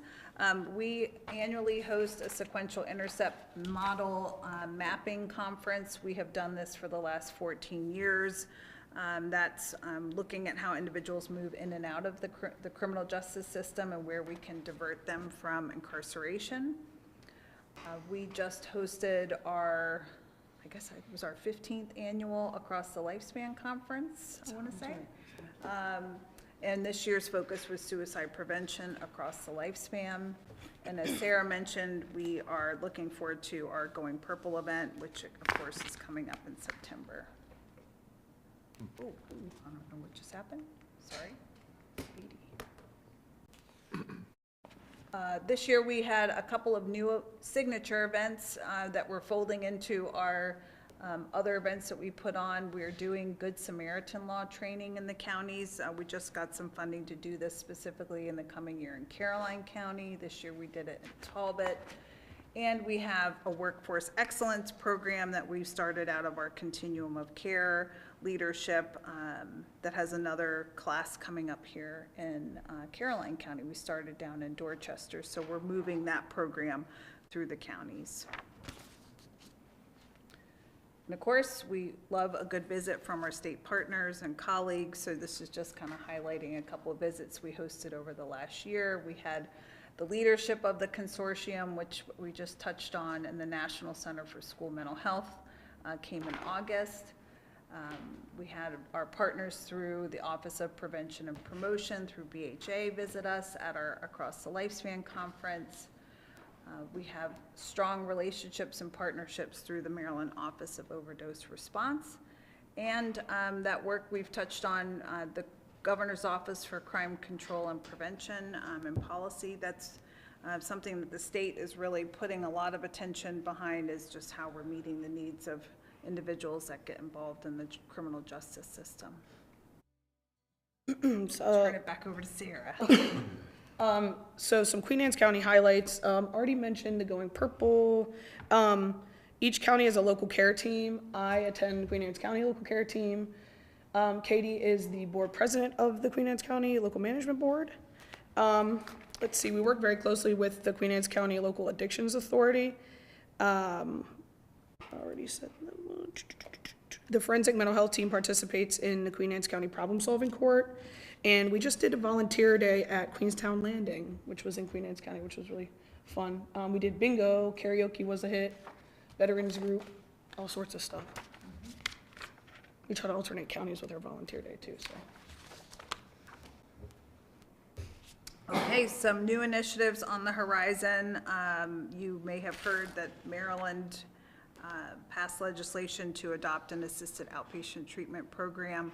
The Eastern Shore is part of a pilot 1 group, or phase 1 group, I should say, for rollout of this program. So it's all 9 counties of the Eastern Shore, along with Anne Arundel County and Baltimore City, are scheduled to go live on July 1st with implementing assisted outpatient treatment. There's been a lot of work that's gone into this, but there's still a lot that we don't know until the program really gets off the ground. This would allow for an additional opportunity for family members or loved ones or concerned community members to file in order to have an individual be engaged in their outpatient treatment for their serious and persistent mental health. This is just for adults. There's a lot of requirements and criteria to be eligible to receive an order. The Shore, we are hoping to have at least 2 care coordinating teams. We haven't gotten confirmation on that from the administration, but as soon as we know who our care coordinating teams are for individuals that have an assisted outpatient treatment order, we will certainly be working closely with them. And our Rural Health Transformation Program, so the competitive funding for the behavioral health service expansion dollars were due today at 2 p.m. And I'm glad that, to say that we submitted, so we put in a few, I think, really interesting, transformative partnership requests, so holding hope there. Those dollars have a lot of different initiatives tied to them, but of course behavioral health is the one that we're focusing on. So we have 3 priority areas around mobile treatment expansion, suicide prevention, and as well as our diversion initiative. So we'll see, we'll hopefully hear over the summer if we've been able to have those dollars be awarded.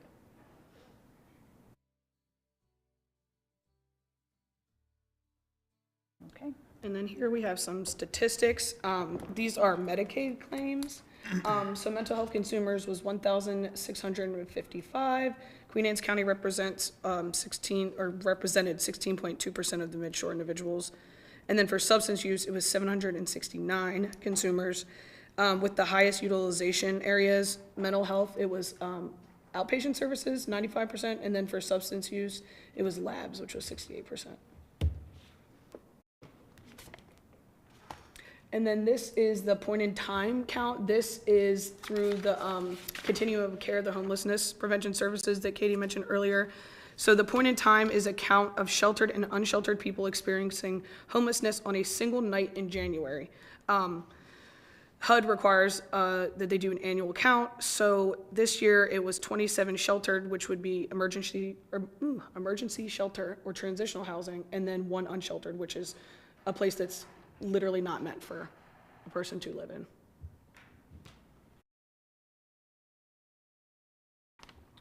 And we just thank you for your support. And this is how you can get a hold of us if you have any questions. We're happy to take additional questions as well. That was very comprehensive, thank you. We didn't even read it all, that's a great report. No, it's a lot of information. We appreciate your time. It is a lot. I don't know how you keep it straight. Wow. We also have the fiscal year 2027 letter of agreement for Right. your consideration tonight as well. It's an action item. Oh, yeah. Yes. Great presentation. Oh, thank you. Very good. The $168 million rural health transformation grant that was due today, or the paperwork was due today, is that, That's for the pillar 2. The 168's broken up into some clumps. Only 16 million of it is for behavioral health. is any of that going towards, can be used for the $5 million match for the USDA? No, it can't be used for that. It's federal. Federal funds. Yeah, I know. Can't use federal to match federal.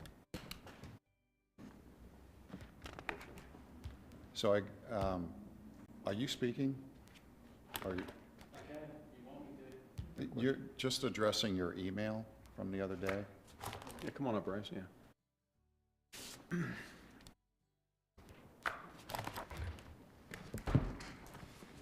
Can you kind of lay that out for us? I'm sorry? Could you kind of lay that out for us, what your thoughts are on the Crossroads in Dorchester? Oh, so sure.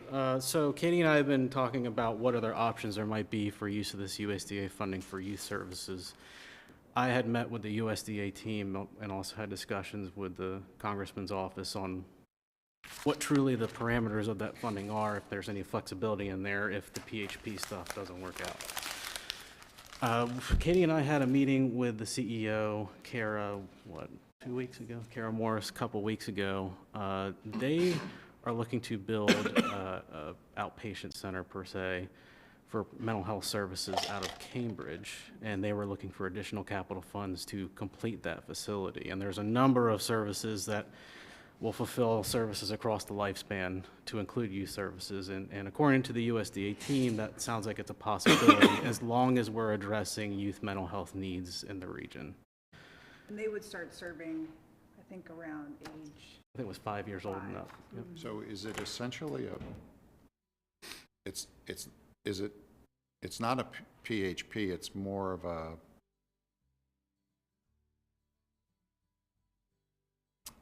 you go in for an hour and then you have therapy and you It's leave. not partial hospitalization, no, but they would have multiple levels of care available there, but partial hospitalization is not one of them. And what would they be? What would be the I don't have the care? I don't have the full list, proposal. but it was what, PRP, Outpatient mental health. outpatient mental health. Going to do some, I think, some education and training. They're going to have an industrial kitchen there and hopefully do some sort of life Does it have to skills. be built in Cambridge? Could it be built in That's Eastern something that's or been in the Queen works. Anne's County? That's something that's been in the works since before COVID To do it there? in Cambridge. Do they have another facility though, They right? have a facility Yeah, well, right here in your backyard Yep. in Centerville. Is it being utilized as well as the Oh, new yes. place could Oh, be? yes, that's a provider that serves all 5 counties. So, I know there's a lot of specific information that's provided in the correspondence as well. I didn't bring any of that with me. 'cause That's okay. That's all right. It's just an option for your consideration, Yeah. and Yeah, if, there's, if it- and, yeah. you know, other things to consider is maybe looking at extending it to more than one provider, if that was an option, or if there's a provider that might need vehicles. You know, we talked about that. Yep, the USDA team was pretty clear that the capital funding could be used for vehicles, any capital equipment tied to that, if there was specific, for example, on a lab equipment that you might want. There was a lot of flexibility there, but the The key is the operational piece, and of course, the match is still a concern. Can a provider or somebody else meet that match, the 25% match that's required by USDA? So is University of Maryland completely out of the picture for the second floor of the ER at Cambridge to be a PHP? That is my understanding. But they're exploring how they can expand their outpatient services to also support the entire lifespan, but the partial hospitalization is not something that right now they're looking at. They're looking at expanding their intensive outpatient treatment program, as well as reestablishing, the hope is to reestablish their bridge clinic, which I don't want to speak on behalf of Shore Regional, but when you say intensive, do you mean inpatient? No. You mean intensive outpatient? Yes, intensive outpatient, to include providing that for children and adolescents. Right now, they have intensive outpatient, but it only serves adults. But they are looking to expand it to serve youth. But that's not partial hospitalization. The complexity with partial hospitalization is the requirement to provide education, to have school provided while youth are attending the PHP. So youth PHP is a much harder service to lift up. So right now, my understanding is that's not what they're entertaining. It's not the priority, and to add to that, they don't need capital funding for that. The Right. facility in Cambridge is set up to accommodate something like that, where our hands are kind of tied with this USDA funding for capital funding. Now, of course, there could be creative ways to put it out for interest, so providers could respond. I think we were just trying to provide you some options of current capital projects that we know are underway.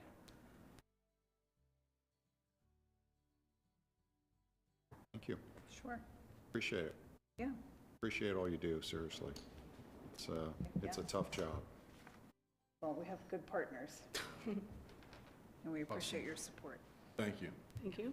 Appreciate the presentation. Thank you. All righty. We get a motion to sign the letter. Yeah. I make a motion to sign the letter for FY '27. Great. Support. Second?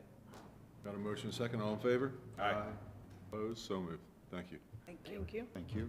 Thank you.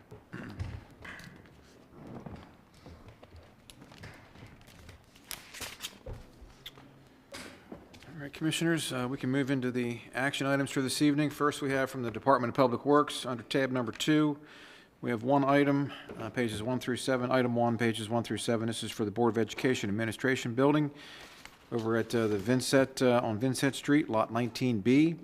And this is a plat and a deed of dedication to transfer that particular 4.7 acre parcel of land where the new Board of Education Administration Building is now occupied by the Board of Ed over to the Board of Education members. And that's a traditional thing. So Lee Edgar's here if you have any questions about that, but that's a transfer. I'll also mention too that we did just receive notification from the Maryland IAC. They voted to approve the transfer of their former headquarters down on Chesterfield Avenue back to the county commissioners. So they're working through some miscellaneous details, but that'll be coming back our way here in the next month or so. That's right. I move to execute the deed transferring ownership of Lot 19B adjacent to 115 Vincent Street, Centerville, Maryland, to the Board of Education of Queen Anne's County. Second? We have a motion second. Any discussion?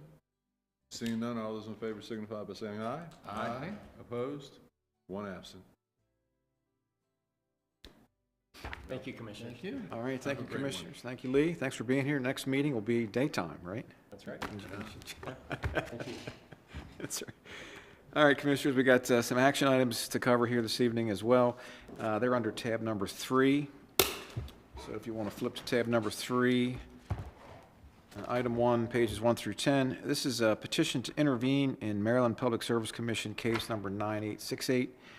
So there's been an application filed for a certificate of public convenience to construct 3 co-located solar voltaic generating facilities totaling 9.98 megawatts.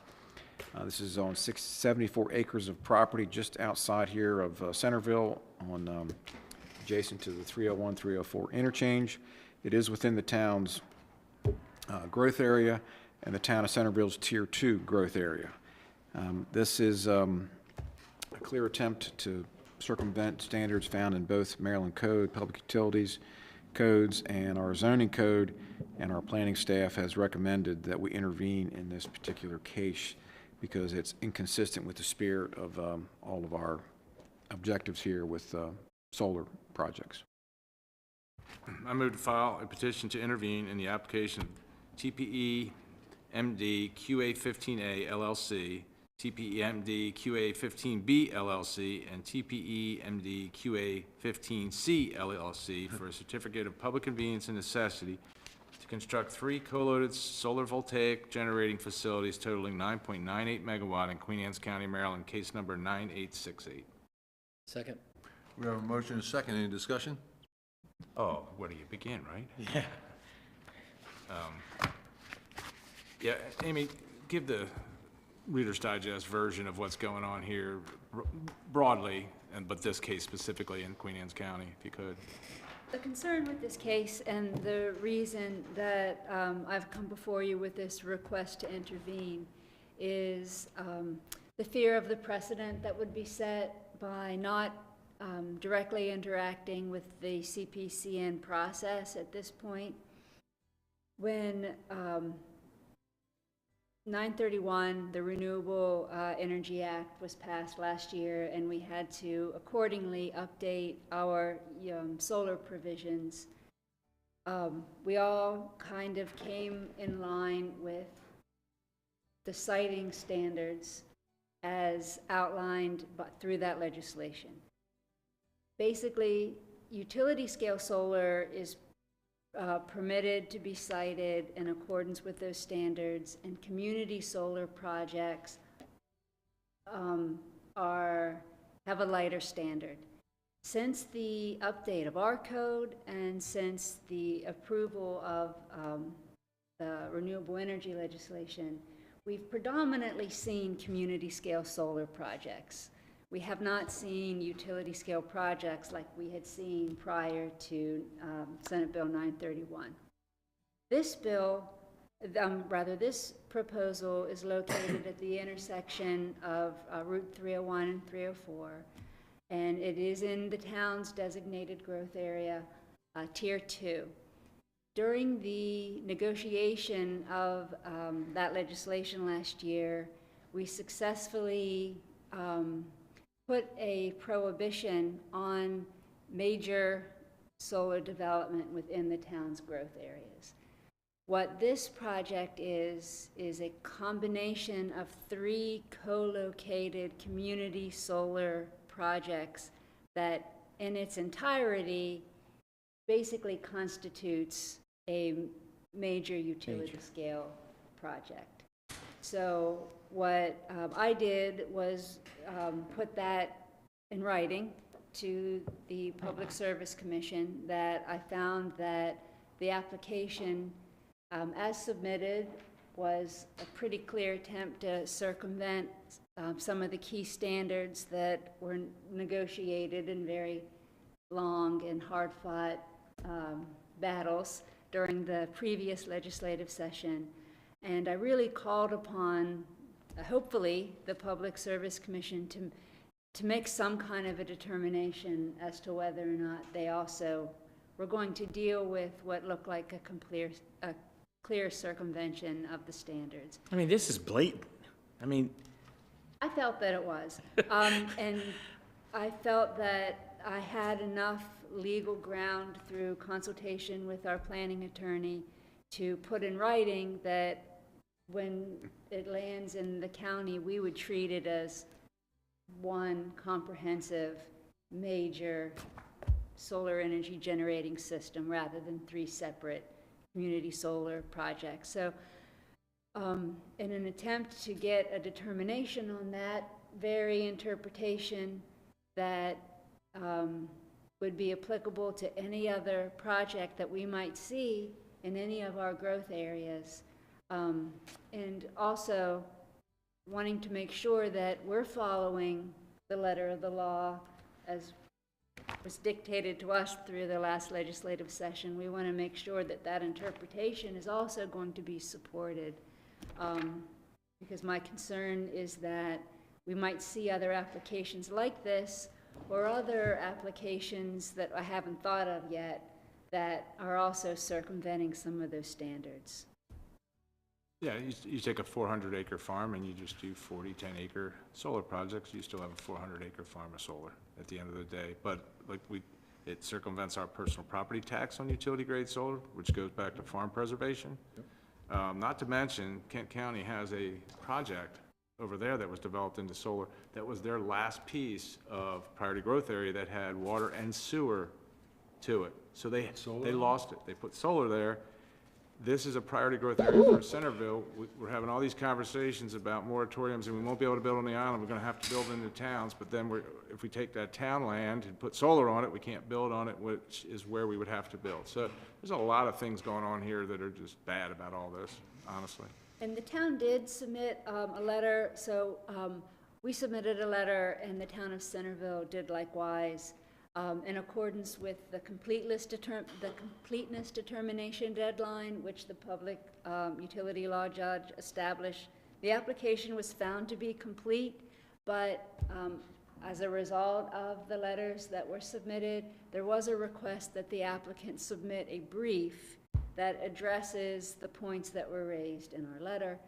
And this intervention is meant to, if we intervene, we will have an opportunity to also submit a brief in the deadline that is established by the public utility law judge. So I think it's important to be engaged in that conversation. And the town of Centerville is considering intervening as well. But their council does not meet until next week. Very well. We have a motion and a second. Any further discussion? Seeing none, all those in favor signify by saying aye. Aye. Opposed? Abstained? So moved. All right, thank you, Amy. Thank you, Commissioners. Our next item, item 2, pages 11 and 12, we have drafted a resolution number 2607 for your consideration. This is to initiate a temporary moratorium on the approval or processing of applications for data centers. This has been a big issue around the state of Maryland. I think there's at least 6 other jurisdictions that are considering similar pauses for development activity for data centers for obvious reasons, their energy usage and necessity for large areas and farms. So this is would be an effort for us to work with the zoning team and draft and craft appropriate designations and standards for this type of use in Queen Anne's County. We really don't have anything that fits the mold currently for data centers. So for your consideration. This is 12 months. I move to adopt resolution 26-7, temporary moratorium on the approval of processing of applications for data centers. Second. Got a motion and a second. Any discussion? Seeing none, all those in favor signify by saying aye. Aye. Opposed? That counts as an aye. Okay. 5-0. All right, thank you, Commissioners. Thanks, Amy. Thank you, Amy. Put that on your list as well for new assignments. All right, thank you. We've already been working on this one, so we're happy to have a break. All right, Commissioners, next we have a series of conservation reserve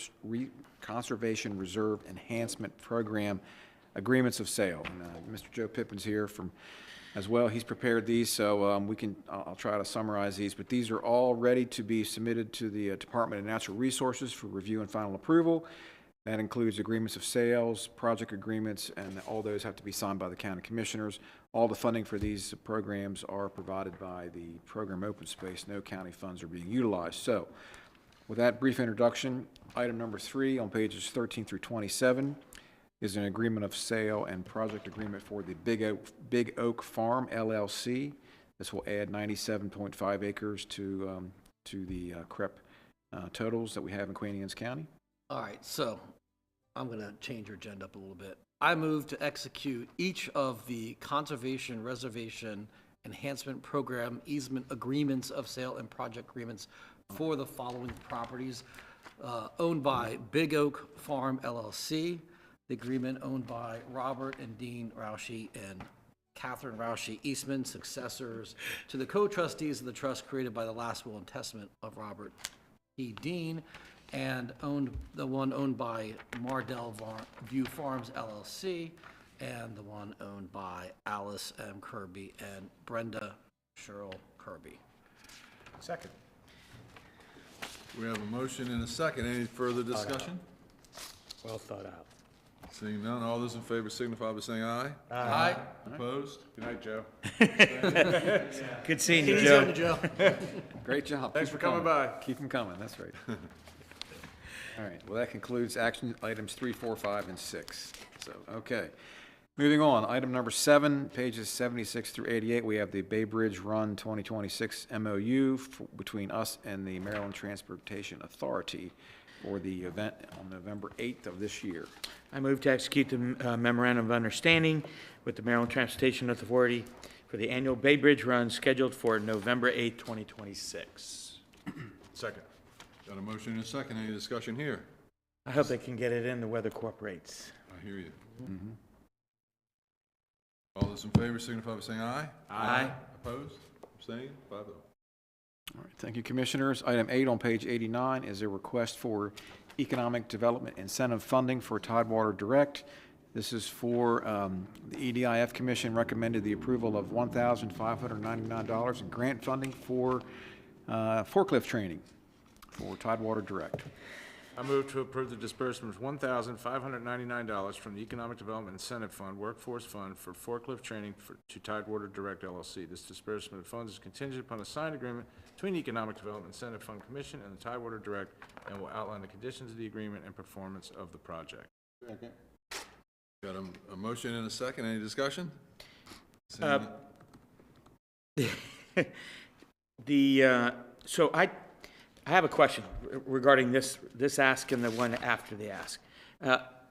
Please. Come on up, Heather. You were that close. You were that close. So I know that originally, when we introduced this program years ago, it was obviously one of the main drivers, correct me if I'm wrong, was job creation. Yes. Okay. So, I mean, I'm simply playing the devil's advocate. I mean, anything that we can do that helps businesses that already employ Queen Anne's County citizens. And so this first ask of the $1,500 for the training, again, is an easy ask. I don't see, all it does is really just take Queen Anne's County employees that work there already and just train them to operate a forklift. Right, so we have two portions of the Economic Development Incentive Fund. I think it was in 2022, after COVID lightened up, we had some money that we were unable to get out the door related to job training. So the commission voted to move that into the Economic Development Incentive Fund specific to workforce training. And the goal of it is, it can be an existing employee, but to skill them up so that they are able to make greater wages because they have a certificate or some sort of skill. So some of the things, we haven't done a lot of these, so I understand your confusion. Some of the other ones that we've done one for PRS, and that was like management training, and then we have another one in play for like human resources and management training. So those then provide them with a skill, a certificate, that they could stay employed there and receive more in wages, and or they're more marketable should they leave that organization. Not that that's what we're advocating to do, but so there is it was $250,000 that was allocated to this workforce training, and we have slowly but surely, little bits at a time, given out. Okay, that's a good explanation, and I appreciate it. That's all I have. Okay. Seeing no other discussion, all those in favor signify by saying aye. Aye. Opposed? 5-0. All right, thank you, Commissioners. Thank you, Heather. Stay right there. We have item number 9 on pages 90 and 92. This is another request for EDIF funding for Aging Stronger, and they are purchasing a body composition device that provides precise body composition and bone health assessments that support early intervention and healthier aging. This is a total cost of this project is $55,000. They're requesting $50,000 in EDIF funding to support the purchase. And they currently employ 1 full-time staff member, 3 part-timers, and they're going to hopefully get another additional full-time position sometime over the next 3 years to support their business down. I move to approve the Economic Development Incentive Fund conditional loan up to $50,000 to the Aging Stronger for their purchase of the DEXA device. The disbursement of funds is contingent upon a signed agreement between the Economic Development Incentive Fund Commission and Aging Stronger outlining the terms and conditions of the funding and the project's performance as submitted in the Economic Development Incentive Fund application. Second. Got a motion and a second. Any other discussion? So, me again. So we're committing up to $50,000 for this business to purchase a piece of equipment. Loaning. It's a loan. Yeah. Okay. Conditional loan, yeah. Okay, I understand that component of it. With the hopes that in the next 3 years, they're going to be able to hire 1 person. Okay. All right. That's all I have. All those in favor? Aye. Opposed? No. Abstained? 4-1. 41. All right, thank you, Commissioners. Thank you, Heather. Thank you. All right, Commissioners, item number 10 on pages 93 to 103. This is the termination of open space easement and amendment of deed of forest conservation easement for Mr. Clifford Higgs. This owner is requesting approval to dissolve cluster lots 2, 3, 4, and 5 and a private road, Garrettson Lane. And he's proposing to create a slide lot number 2 at 6 acres. So this is all permitted within that zoning district, and they're allowed 1 slide lot based on the acreage. So the cluster lots are being dissolved. The slide lot technique does not require open space. That would get terminated as well, and all the open space that was required with the original cluster lot subdivision. So that's where we are. I move to execute the termination of open space easement in the amended deed of forest conservation easement for the Clifford Higgs minor subdivision plan. Second. You got a motion and a second. Any discussion? Seeing none, all those in favor signify by saying aye. Aye. Opposed? So moved. All right, thank you, Commissioners. And our last item tonight, we have a desk item. This is from the Y River Oyster Program. This is a letter from Mr. Bruce Abel. The last man standing. Last man standing, requesting continuing funding support of the Y River Oyster Program. Their request currently is for $55,000 to match funds they have raised by the community and to increase the spat plantings by an additional 15 to 20 million spat on shell over 3 acres. So so far, year to date, how much have you raised? Year to date, about $110,000. $110,000 just from the neighborhoods down? Yes, sir, that's correct. Just from the public. Gotta love that. And you're asking for $55,000? Correct. From us, so you're gonna be doing about $165,000 worth of spat on shell? Total, yes, sir. Yeah, and Yeah. how many acres? In 1 year. How many acres would that? There's each boat, each vessel, Well, I'm saying if $165,000 is gonna buy how many acres of seeding? 9 acres. 9 acres, wow. Okay. For our, So since you were so graciously approved funding last fall, we've more than doubled the number of homeowners that are involved, families, and the dollar amount. So the program's really taking off. We're doing well. Each barge, you committed to a barge, or we shared a barge. You matched our funding last fall, and together we will plant 1 barge next week, or 2 weeks, sorry, June 6th.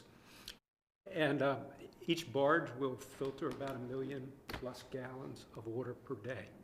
So what we're asking now is to do 2 more barges. So we've raised more than that $50,000+, and that's what we're asking you to help match us, so we can do another 2 million gallons per day in filtration. And those that don't know it, the Y River is a sanctuary, so these cannot be harvested.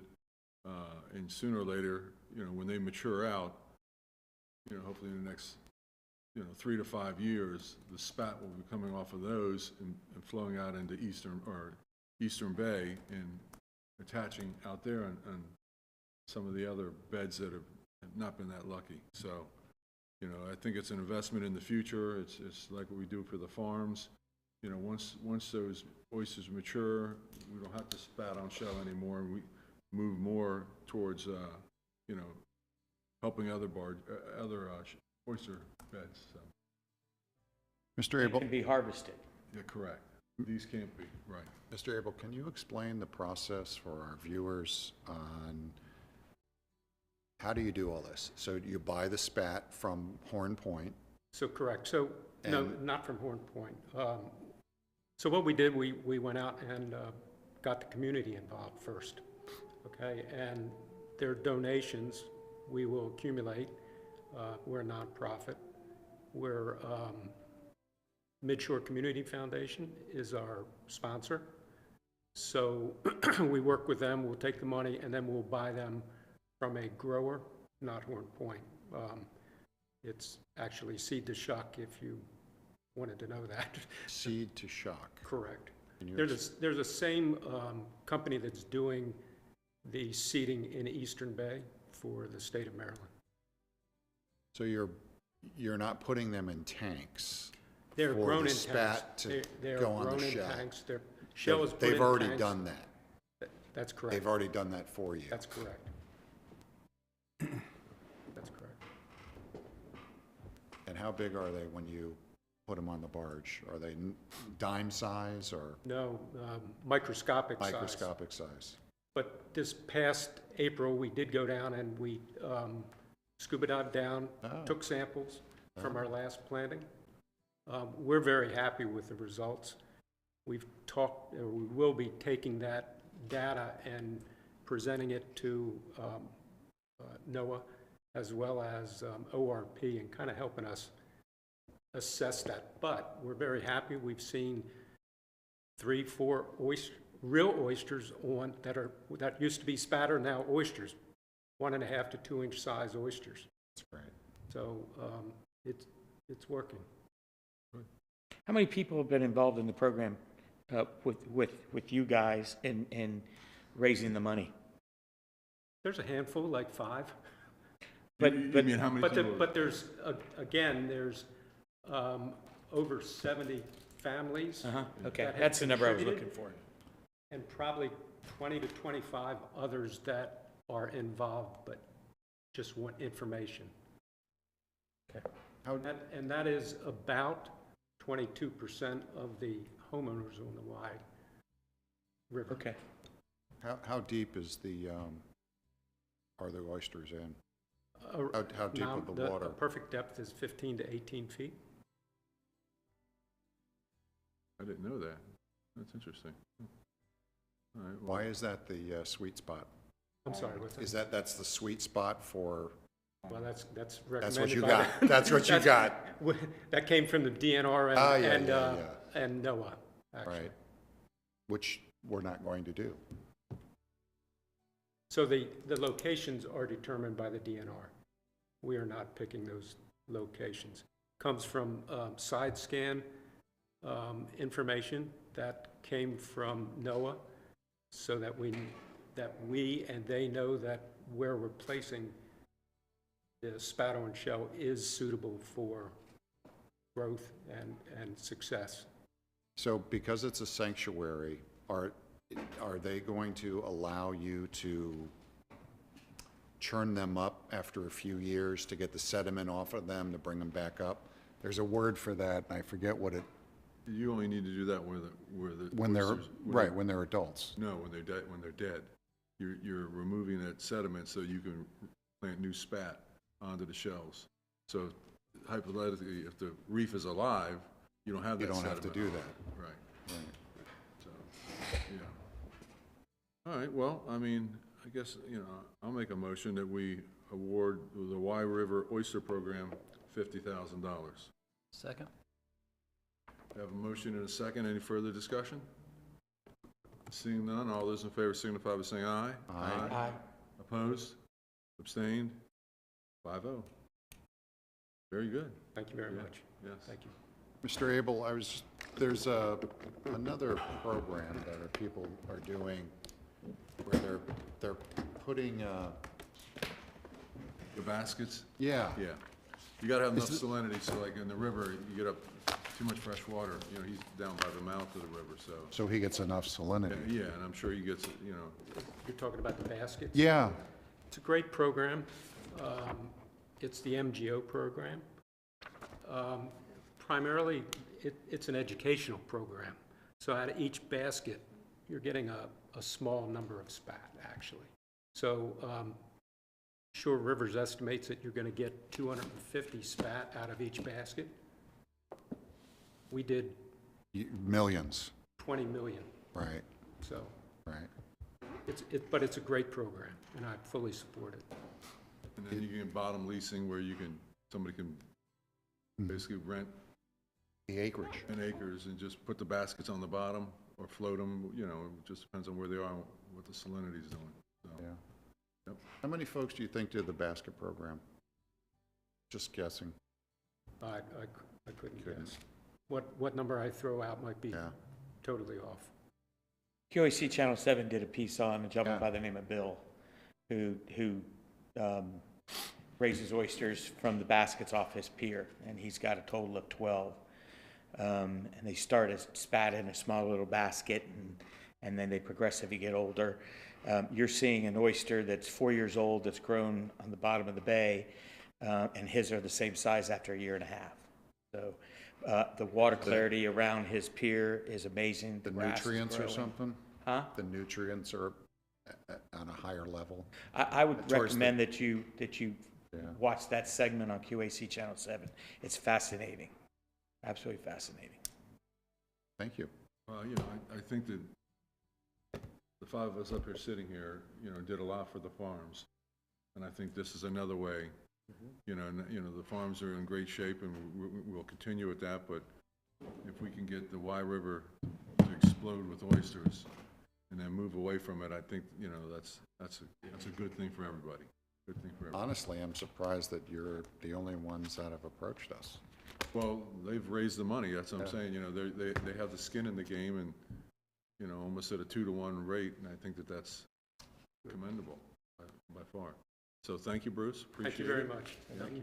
Thank you for staying, Thank being the last man. Yeah, thank you. At least it wasn't worth nothing, that's a good thing. All right, well, no press and public comment, nothing to read? We're good to go, so, roundtable, you wanna go, boss? Yeah, so all the high schoolers are graduating this week for Queen Anne's County and Kent Island High School. So to all of the graduating seniors, we're all very proud of all of you. So congratulations and go do great things. Number 3. Go past me. Patrick, you ready?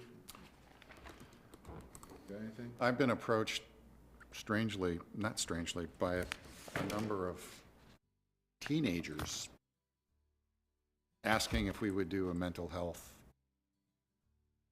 town hall, which was really, I'm taking it seriously. Okay. So I'll let you guys know. Yeah. I'm not sure how it would work. Would it be at the high school? Would it be at the fire department? And their thoughts is that it should be over the summer, because if you wait till school, then if anything comes out of it that's proactive, we'd like to give the school time to think about it and implement it. Sure. And the yellow card program that's being done at Talbot is the gold standard. So we'd like to encourage the public school to look into that. Awesome, so, cool. You ready, Coaches? Yes, sir. So transportation planning meeting tomorrow at 5:30 at the Kent Island Library. Residents can review the draft region, now 2027 Transportation Improvement Program, and provide comment. This plan aligns with the MDOT Consolidated Transportation Program. Juneteenth Festival is coming up for Kennard on June 13th. It starts at 8 a.m. with a Father's Day haircuts and a continental breakfast, followed by the parade at 10 o'clock. Graysonville Community Center is also doing the Juneteenth. 19th or the 13th? What did you say? June 13th Okay. for the Kennard Festival. Okay. Graysonville Community Center is also having a Juneteenth celebration on the 19th from 4 to 8. We celebrated Emergency Medical Systems Week last week, and congratulations to Sierra Gardner, named BLS Clinician, that's Basic Life Support of the Year, and Sarah Torrey was the Advanced Life Support Clinician of the Year. There's still time to review. There's still time to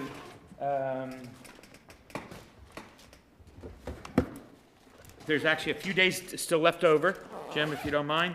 The shrink rack program is accepting bags at the Graysonville Transfer Station, and you can receive your bag from West Marine, either one of our libraries, Ace Hardware in Stevensville, the Town Hall building in Centerville. Just as a reminder, you have to take the zippers and the vents off.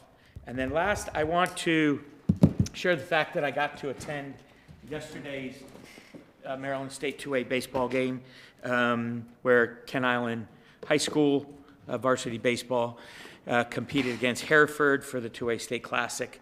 They lost 3-2 with 2 outs in the bottom of the 7th inning on a walk-off blooper into right field. But this is the first time in 18 years that a Queen Anne's County High School baseball team has attended the state playoffs. So kudos to those young men. There was actually 3 freshmen on the team, so very, very deep. But I want to attribute the success of the baseball programs at both our high schools to the youth baseball programs that are feeders into those programs. We're turning out some great kids that are playing the game.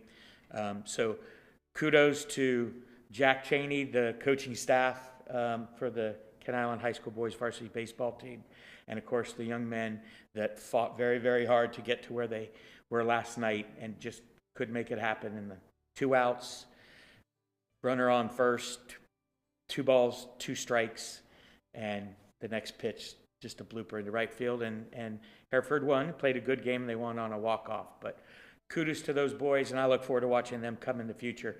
I think they're only graduating 2 or 3 seniors, and they have 2 freshman starters. So this is going to be a great program. Great job, boys, and we look forward to watching you guys do it again next year. That's all I have. I don't have anything to add, but you may want to give the lacrosse team a shout out. Yeah, oh yeah. Also, too, the lacrosse team, they went to their state championship game. They fell short as well, but again, making it to the state championship game for all the school, all the 2A schools in the state of Maryland, and make it to that championship game, win it or lose it, it's a huge accomplishment. So absolutely, to Bobby Woolley and his coaching staff, and the Kent Island boys varsity lacrosse team. Very good. Yep. Sweet. Nothing? Good. I just want to give a shout out for the senior summit. You know, you got to love our seniors. That's all I got to say. I appreciate everything they do. And they had over 850 people show up. Food was great. Event was great. Great weather. Very, very proud of them. Happy to sit on that committee with them. And with that, Make a motion to adjourn? Second. All those in favor? Aye. Thank you very much.